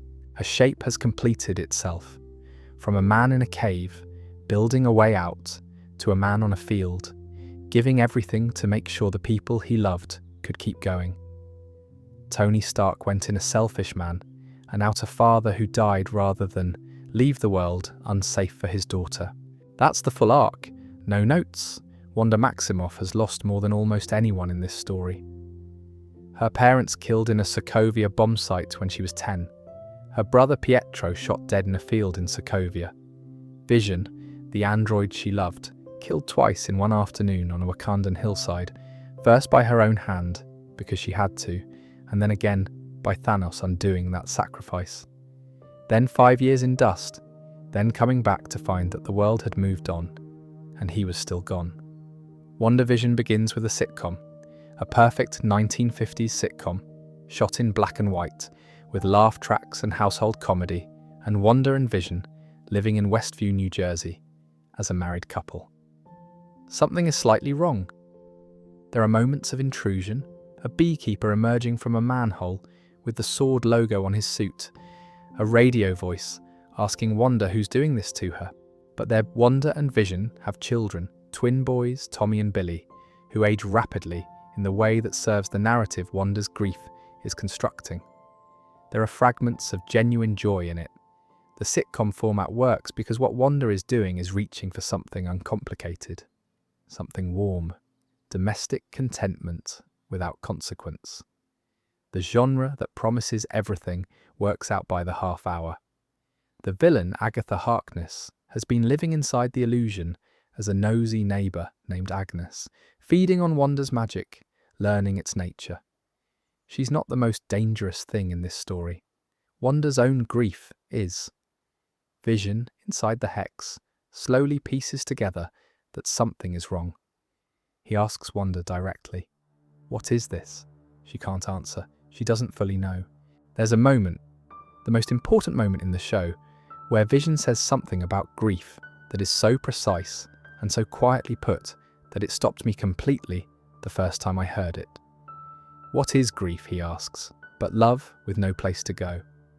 Sword creates a second Vision, White Vision, cold and empty, all logic and none of the experience, and sends him in to retrieve the original. The two Visions meet and have a conversation about the ship of Theseus. If a ship's parts are all replaced, is it still the same ship? Is the rebuilt Vision, with new parts and no memories, the real Vision? Is the Vision inside the hex built from Wanda's magic the real Vision? Neither of them can answer. The original Vision gives White Vision his memories. White Vision flies away to somewhere unknown. Wanda dismantles the hex. Tommy and Billy stop existing. They were magic. They were grief made real, and when the hex collapses, they go with it. Vision, the magic one, looks at her and tells her it has been a genuine honour knowing her. She doesn't know what to say, neither do I. The final image of WandaVision. Wanda alone in a remote cabin studying the Darkhold, a book of dark magic, the book of the damned, and hearing, somewhere in the astral space, her sons calling out for her. This matters. She will follow that sound. Sam Wilson gave up the shield. This is where the show begins. Sam decided, after the funeral, that he couldn't accept it. That Captain America was Steve, and what Steve represented, and that carrying that shield would be a statement the world wasn't ready for. He donated it to the Smithsonian. The government gave it to someone else. John Walker, a highly decorated army veteran, good man, good soldier, announced publicly as the new Captain America. Sam and Bucky watch it on television, and neither of them says anything. The Flag Smashers are a group of post-blip radicals. When half of all life came back 5 years later, the people who had moved into the space, who had built new communities and new resources in the absence, were displaced again. Borders closed, former governments reinstated, the new stability dismantled. The Flag Smashers are the people who were doing fine in the aftermath, and then had it taken back. Their grievance is legitimate. Their methods aren't. There's a super soldier serum involved, because there's always a super soldier serum involved in these things, which says something about the world's enduring desire to manufacture the exceptional rather than listen to it. John Walker eventually gets hold of it under traumatic circumstances, which breaks something in him that was already under enormous strain, and he uses the shield as a weapon in public, visibly, with cameras everywhere. The image is broadcast around the world. That's not Captain America, that's just violence with a star on its chest. Bucky's arc in this show is about his amends list. He has a notebook of names, people who were hurt by the Winter Soldier, people whose lives were broken by what he did while conditioned, and he's working through it, meeting them, being honest. It's quiet, unglamorous therapeutic work, and it's the right thing to be doing, and it's hard. Isaiah Bradley, a black super soldier from the 1950s who was subjected to the same program as Steve Rogers, who served his country, and who was then secretly imprisoned for 30 years by the government that used him. The government's own records say he doesn't exist. Sam hears his story and is very quiet for a very long time afterward, and then picks up the shield. He picks up the shield not because he's decided the symbol is perfect. He picks it up because he's decided what he wants it to mean going forward, and what that requires is him carrying it. Sam Wilson becomes Captain America on his own terms, in his own way, wearing a suit designed in Wakanda because the only place that could build what he needed was the most technologically advanced nation on Earth. It's a genuinely moving moment. Understated, he doesn't make a speech about it. He just puts the shield on his arm and shows up. Loki, in 2012, during the Avengers time heist, picked up the Tesseract during a moment of confusion and used it to escape. This created a branching timeline, a variant in the language of what comes next, and it brought him to the attention of the Time Variance Authority. The TVA is a bureaucracy, a vast, procedurally obsessed, fluorescently lit bureaucracy that exists outside of time and exists, it claims, to protect the sacred timeline. The sacred timeline is the one correct path through history, the sequence of events that leads to the best outcome for the universe, and the TVA exists to prune any branches that deviate from it. Variants, people, or events that break from the predetermined path are arrested, tried, and reset. Everything that wasn't supposed to happen is erased. Loki is arrested. He meets Mobius, an analyst who is interested in Loki because there's a Loki variant causing chaos across the timeline, and Mobius thinks the god of mischief might be useful in catching himself. The variant is Sylvie, a version of Loki who was taken by the TVA as a child for the crime of a branching timeline she didn't choose, who escaped, who has been running from them for what is, from her perspective, her entire life. She is harder than Loki, more ruthless, carrying a fury at the TVA that is entirely rational given what they did to her. She's also, genuinely, brilliant.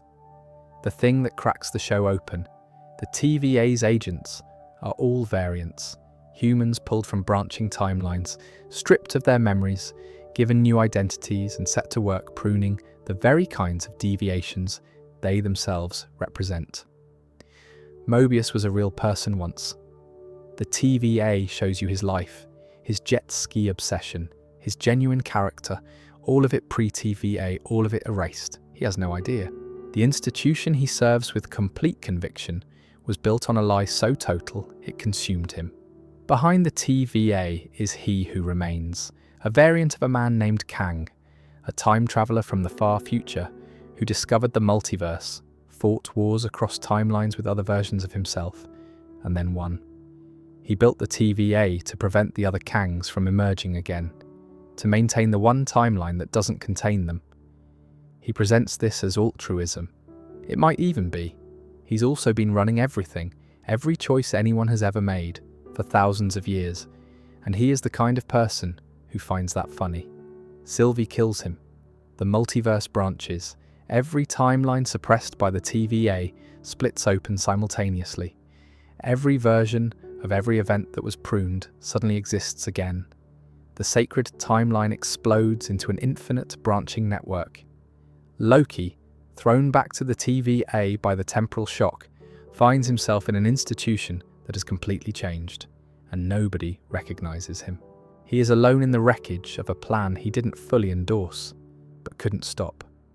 Season 2 takes him through temporal madness, literally being unstuck in time, bouncing between past and future versions of the TVA, trying to understand what can be preserved. The temporal loom, which processes the branches into a manageable flow, is failing. Too many branches, too much weight, it will destroy everything. Loki's solution, at the end, is to do the thing that is simply the right thing and also the most quietly heartbreaking thing. He absorbs the branches himself. He sits at the end of time on the branch of the world tree and holds every timeline in existence in his own hands, keeping them stable, keeping them real, alone. Forever, he becomes the tree. It's a strange ending for a character who spent most of his time wanting power and recognition and a throne. What he ends up with is responsibility so total it's invisible. He holds everything and nothing can see him holding it. That's not nothing. The multiverse Sylvie opened arrives with consequences. America Chavez is a teenager with a singular power. She can punch through reality and open portals between universes. She can't control it. It activates on instinct, usually when she's frightened, and it carries everyone nearby through with her. She's been running from a threat across multiple universes, something hunting her, trying to take her power and use it deliberately. That threat is Wanda, the Scarlet Witch, guided by the Darkhold, which is the problem. The Darkhold is a book of dark magic, and it is actively rewriting its reader's mind toward its own purposes. Wanda has been dreamwalking through alternate universes, inhabiting versions of herself across the multiverse in her sleep. She has found a universe where her children, Tommy and Billy, are real and alive and have a mother. She wants to go there and stay. She intends to use America's power to do it. The people between her and that universe are acceptable casualties. Strange and America flee across universes. They land in one where the Avengers were called the Illuminati, and Strange's variant made catastrophically bad decisions, and everyone there is dead within about 10 minutes of Wanda's arrival, which the film presents with a kind of operatic horror that is genuinely unsettling for a superhero movie. Wanda doing something this terrible because she loves her children with a completeness that overrides everything else is the right kind of tragic. The motivation is entirely comprehensible, and it doesn't make it better. Strange uses the Darkhold himself, in a desperate measure, to dreamwalk through a dead version of himself. He defeats Wanda not through power. She is, at this point in her power, beyond him, but by showing her what she's doing to the children she's trying to reach. The versions of Tommy and Billy, who are alive in that other universe, are terrified of her. She's become the thing that frightens her children. That lands. She destroys Wundagore Mountain, the physical anchor of the Darkhold's power, and presumably herself in the process. Presumably. The MCU has a complicated relationship with definitively killing its more powerful characters. Whether Wanda survived is a question the next film in her arc will answer. Strange goes home with a third eye opened in his forehead by the Darkhold's use. This is, apparently, fine, he adjusts. Gore the God Butcher begins as a grieving father. His daughter dies. He has been faithful, genuinely, deeply faithful, the kind of faith that sustains people through terrible circumstances. He prays. His god, Rapu, hears those prayers and laughs. Not metaphorically, actually laughs. What kind of deity, Rapu essentially asks, would lower himself to the concerns of mortals? Gore's Thor has been travelling with the Guardians, doing good deeds and is still, in ways he doesn't quite name, working through what happened during the Thanos years. The new god of thunder carries his grief lightly, wearing it as self-deprecating humour, never quite looking directly at it. Jane Foster, on Earth, is dying of cancer. Stage 4.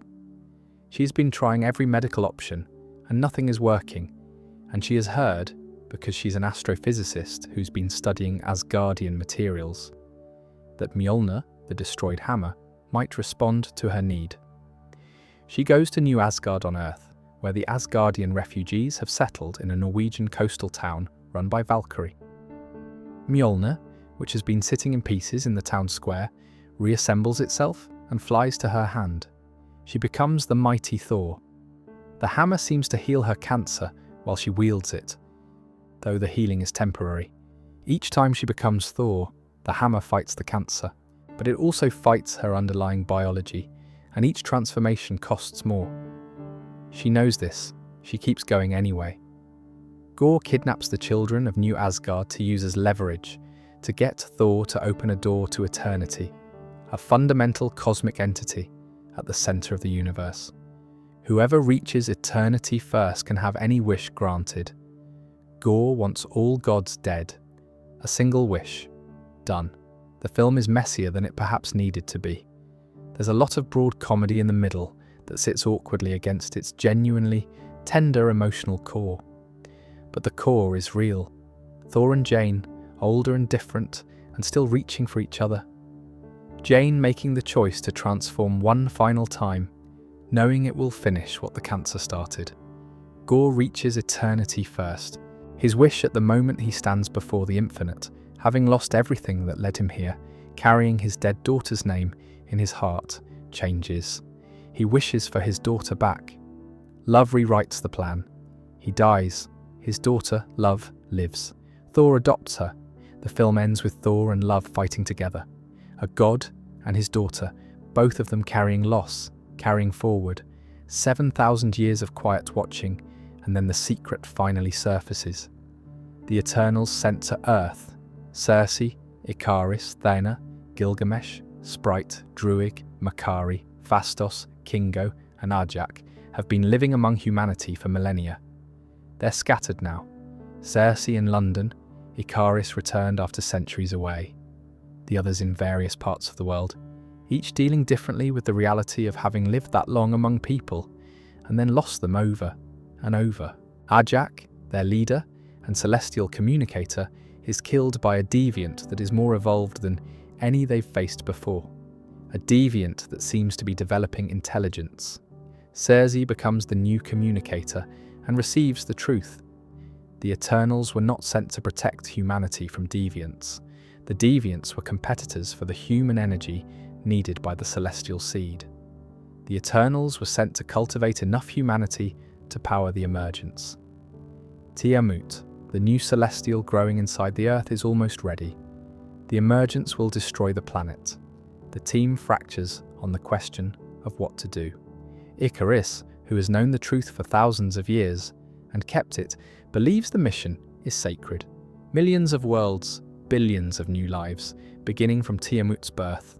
The deaths of Earth's population are a small number against the scale of what a celestial represents. He is not wrong about the maths, he is wrong about the conclusion. The rest of them stop the emergence together through the uni-mind, a merging of their combined power, and Circe turns Tiamut to stone at the moment of emergence. The planet survives.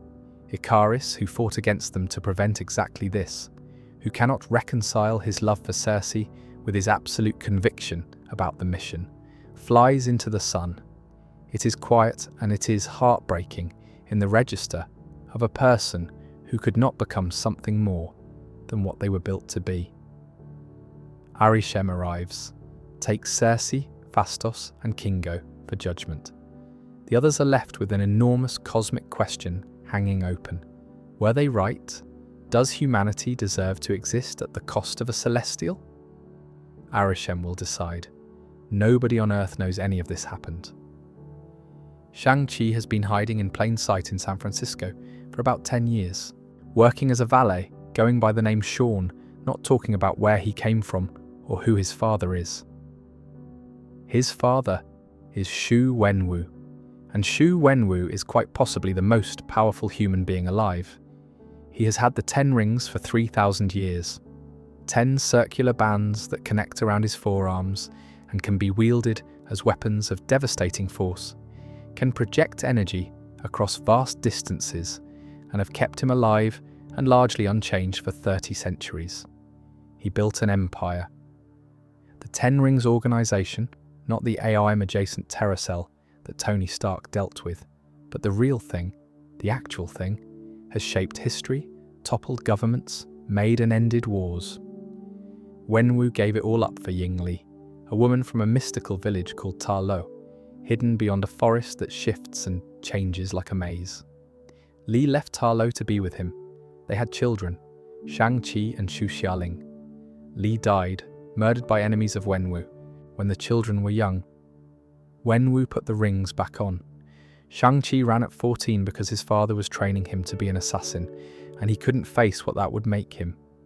Xialing, his younger sister, stayed because nobody offered her a way out, and she was determined to survive whatever was left.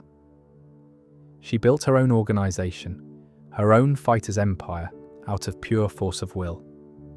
Wenwu believes he hears Li's voice, coming from beyond the gate at the border of Ta Lo. He thinks she's trapped there. He is being deceived. The thing beyond the gate is the Dweller in Darkness, an ancient soul-consuming entity that is learning to mimic voices to get someone to open the barrier. Wenwu cannot hear the deception because grief doesn't let him. Shang-Chi and Xialing stop the Dweller together, with the help of the people of Ta Lo and the mythological animals that live there. Wenwu dies, giving his children the power of the Ten Rings, burning through himself to push back the Dweller long enough. Shang-Chi has the Ten Rings now. They're transforming around his forearms, responding to him, becoming something new. What he'll do with them is not yet fully known. Peter Parker's identity as Spider-Man has been exposed to the world by Mysterio's final act of revenge. A doctored video released through every media outlet simultaneously, placing the blame for multiple disasters on Peter and outing him by name.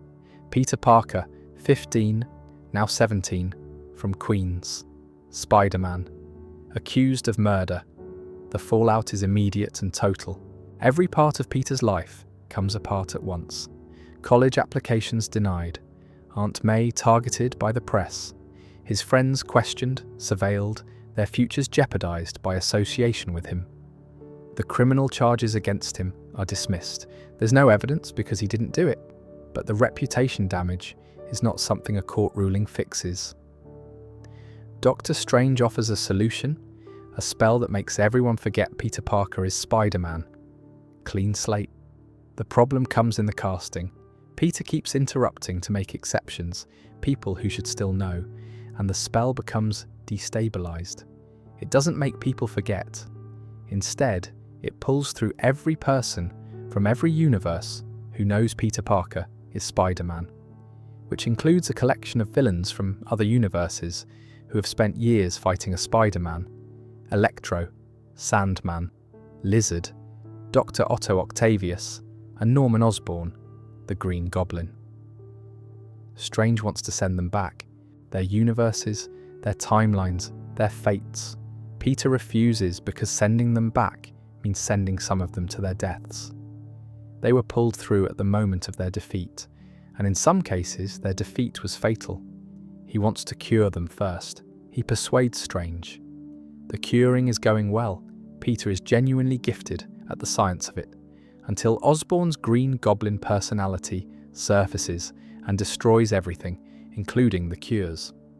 May Parker, who has been helping Peter, is killed by the Goblin. She dies in a parking garage with Peter holding her, and her last words are the thing she believed in most. With great power comes great responsibility. Every version of Spider-Man who exists carries some version of that line. She said it first for Peter, and she's gone. Then, through portals opened by Ned using Strange's sling ring, 2 other Spider-Men arrive. Earlier versions from earlier universes, both older than Peter, both carrying their own losses and their own forms of the same lesson. They help Peter complete the cures. They stop the villains. Peter's counterpart from the Tobey Maguire universe catches a bomb with his webs.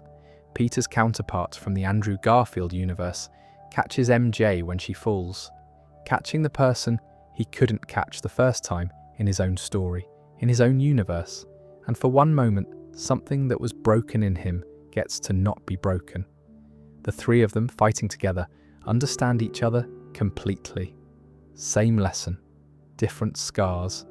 Peter realizes the only way to send everyone home and stop the multiverse fracturing is to make Strange cast the original spell correctly. The version that makes everyone forget Peter Parker, not the exceptions. Everyone. MJ won't know him, Ned won't know him. Everyone he loves, he'll have to start completely over. He does it. He moves into a small apartment in New York. He makes a new suit by hand, with materials he can afford. He goes to the coffee shop where MJ works and sits in line and considers telling her. She doesn't know who he is. He looks at her for a moment and then leaves without saying anything. She has a good life. The knowledge of Spider-Man brought her into danger. The forgetting is a gift, even if it doesn't feel that way. Peter Parker, 17 years old, in a studio apartment with a handmade suit, alone with the city he loves, starts over. 3 women who cannot stop swapping places. The entanglement begins when Carol Danvers investigates a Kree space station and someone else activates a quantum band at the same moment.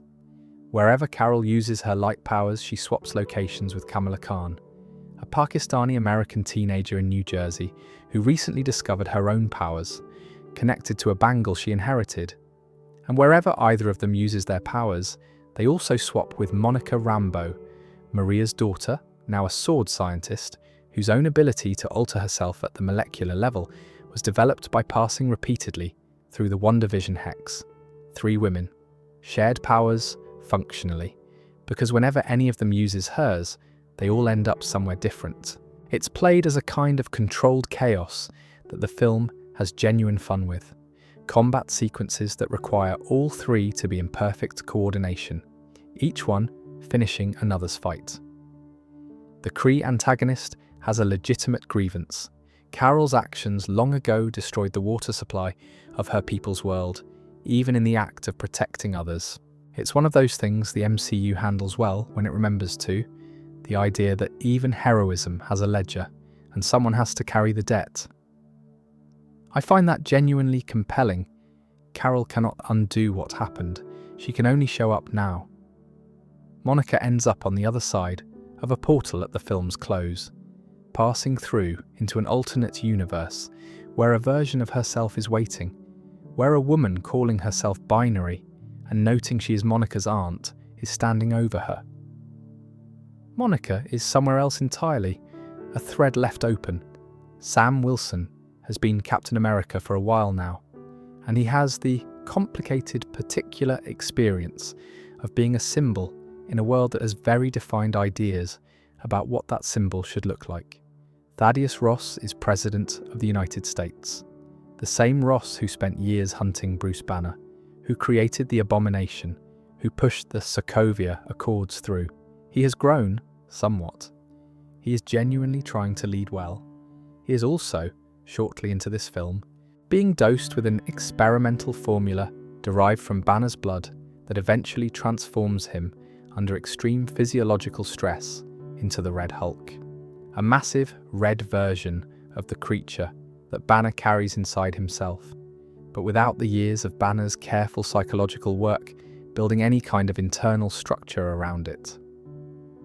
The leader, a character from Bruce Banner's early story, a man whose intelligence was catastrophically amplified by gamma radiation, is behind much of the destabilization. He wants Ross to become what he becomes. He wants the chaos. Sam navigates this, the politics of being Captain America, when the government he nominally represents does things he'd never sanction. The responsibility to the symbol versus the responsibility to the specific person. He ends up stopping the Red Hulk, not through force, but through talking to Ross, finding the man inside the transformation, giving him something to hold on to. I think that's the thing about Sam Wilson as Captain America that sets him apart from everyone who held the shield before him. He's not the guy who wins through superior force. He wins through patience and the specific ability to find the person underneath the crisis. That's a genuinely different kind of heroism, and it suits him completely. It's unglamorous work. Important, unglamorous work. Sam Wilson is very good at it. Nobody asked for this team. That might be why it works.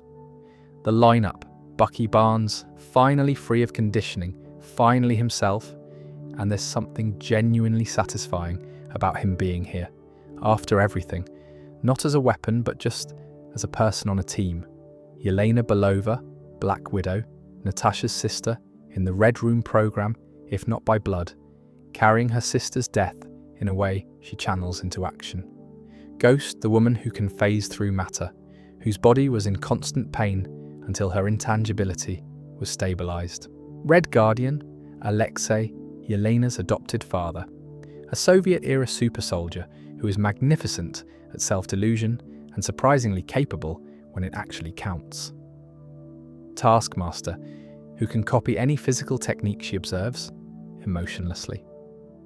John Walker, who broke publicly and has been trying to rebuild himself ever since, which is more interesting than his highlight reel.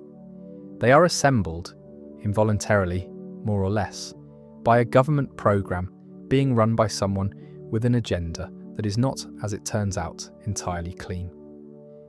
The thing they end up facing together is Bob, called the Sentry, a man of almost unlimited power who is also, psychologically, in tremendous pain. His power is matched by something that lives inside it, the void, a darkness that emerges when his control slips, that could consume everything around him. The team's victory is not in defeating Bob, but in reaching him. Yelena, specifically, sitting with him in the middle of the destruction and just being present. Not fighting, not strategizing, just present. The void retreats when Bob is no longer alone. They end up with a name they didn't choose and a public identity they're still getting used to. But they're a team, not because anyone assembled them perfectly, because they were all there when it mattered. They arrived from somewhere else. Reed Richards, Sue Storm, Johnny Storm, and Ben Grimm, stretched beyond normal physical limits in ways each of them is still learning to live with. They came from a universe that is not quite ours, pulled through the fractures that the multiverse opening created. They are, in this universe, new, unknown, trying to understand where they've landed and whether there's a way home, and then gradually understanding that this might be home now. Reed is the most intelligent person in most rooms he enters, which he has the endearing quality of not weaponizing. He is genuinely warm, genuinely committed to using what he understands to help people, and he loves his family in a way that is at the center of everything he does. Sue has an inner life considerably more complex than people initially assume, which is partly her own design. She's not invisible because she wants to disappear. She is invisible because she has learned to choose when to be seen. Johnny Burns. Ben is enormous and stone and wry about it, in the manner of someone who made his peace with something difficult a long time ago. Galactus arrives, an entity on the scale of a celestial, planet-consuming ancient, followed by the Silver Surfer, who goes ahead to mark worlds. The scale of the threat is cosmic. The Fantastic Four's approach to it is not overwhelming force, but something more like negotiation, finding the mechanism, finding what's possible. They represent a different energy than what the MCU has had in abundance, family rather than team, scientific curiosity alongside heroism, the domestic anchoring the cosmic. They're still finding their place in this universe, but they're here now. The door into the next phase of the story is open, and that more or less is where the story currently is. Millennia of the Eternals watching silently. A century of Odin managing secrets. A skinny boy from Brooklyn going into the ice and coming out into a world he barely recognized. 6 Infinity Stones scattered across the universe, and then fought over, and then destroyed. Half of all life gone and then returned, and then the people who survived those 5 years having to figure out what remaining meant. The multiverse cracked open, time branching in every direction, and somewhere in all of it, a lot of individuals who just keep showing up. What strikes me when I think about the whole thing laid end to end is how much of this story is actually about the weight of being responsible for things. Tony Stark trying to build a suit around the world and failing, and then getting smaller and building a better thing. A family, a lake house, a daughter who calls for him on Saturday mornings. Steve Rogers, who couldn't save Bucky the first time, spending 70 years in ice, and then most of the modern era trying to again. Wanda, whose grief was so large and so real that it accidentally became a whole town. Peter giving up everything he loves so the people he loves don't have to carry the danger of knowing him. The smallest stories are often the ones that stick. The rat stepping on a button, Bucky saying Steve's name before he disintegrates, Vision asking what grief is, Yondu in space in the cold, giving Peter the one thing he'd been denied. There's more coming. There's always more coming.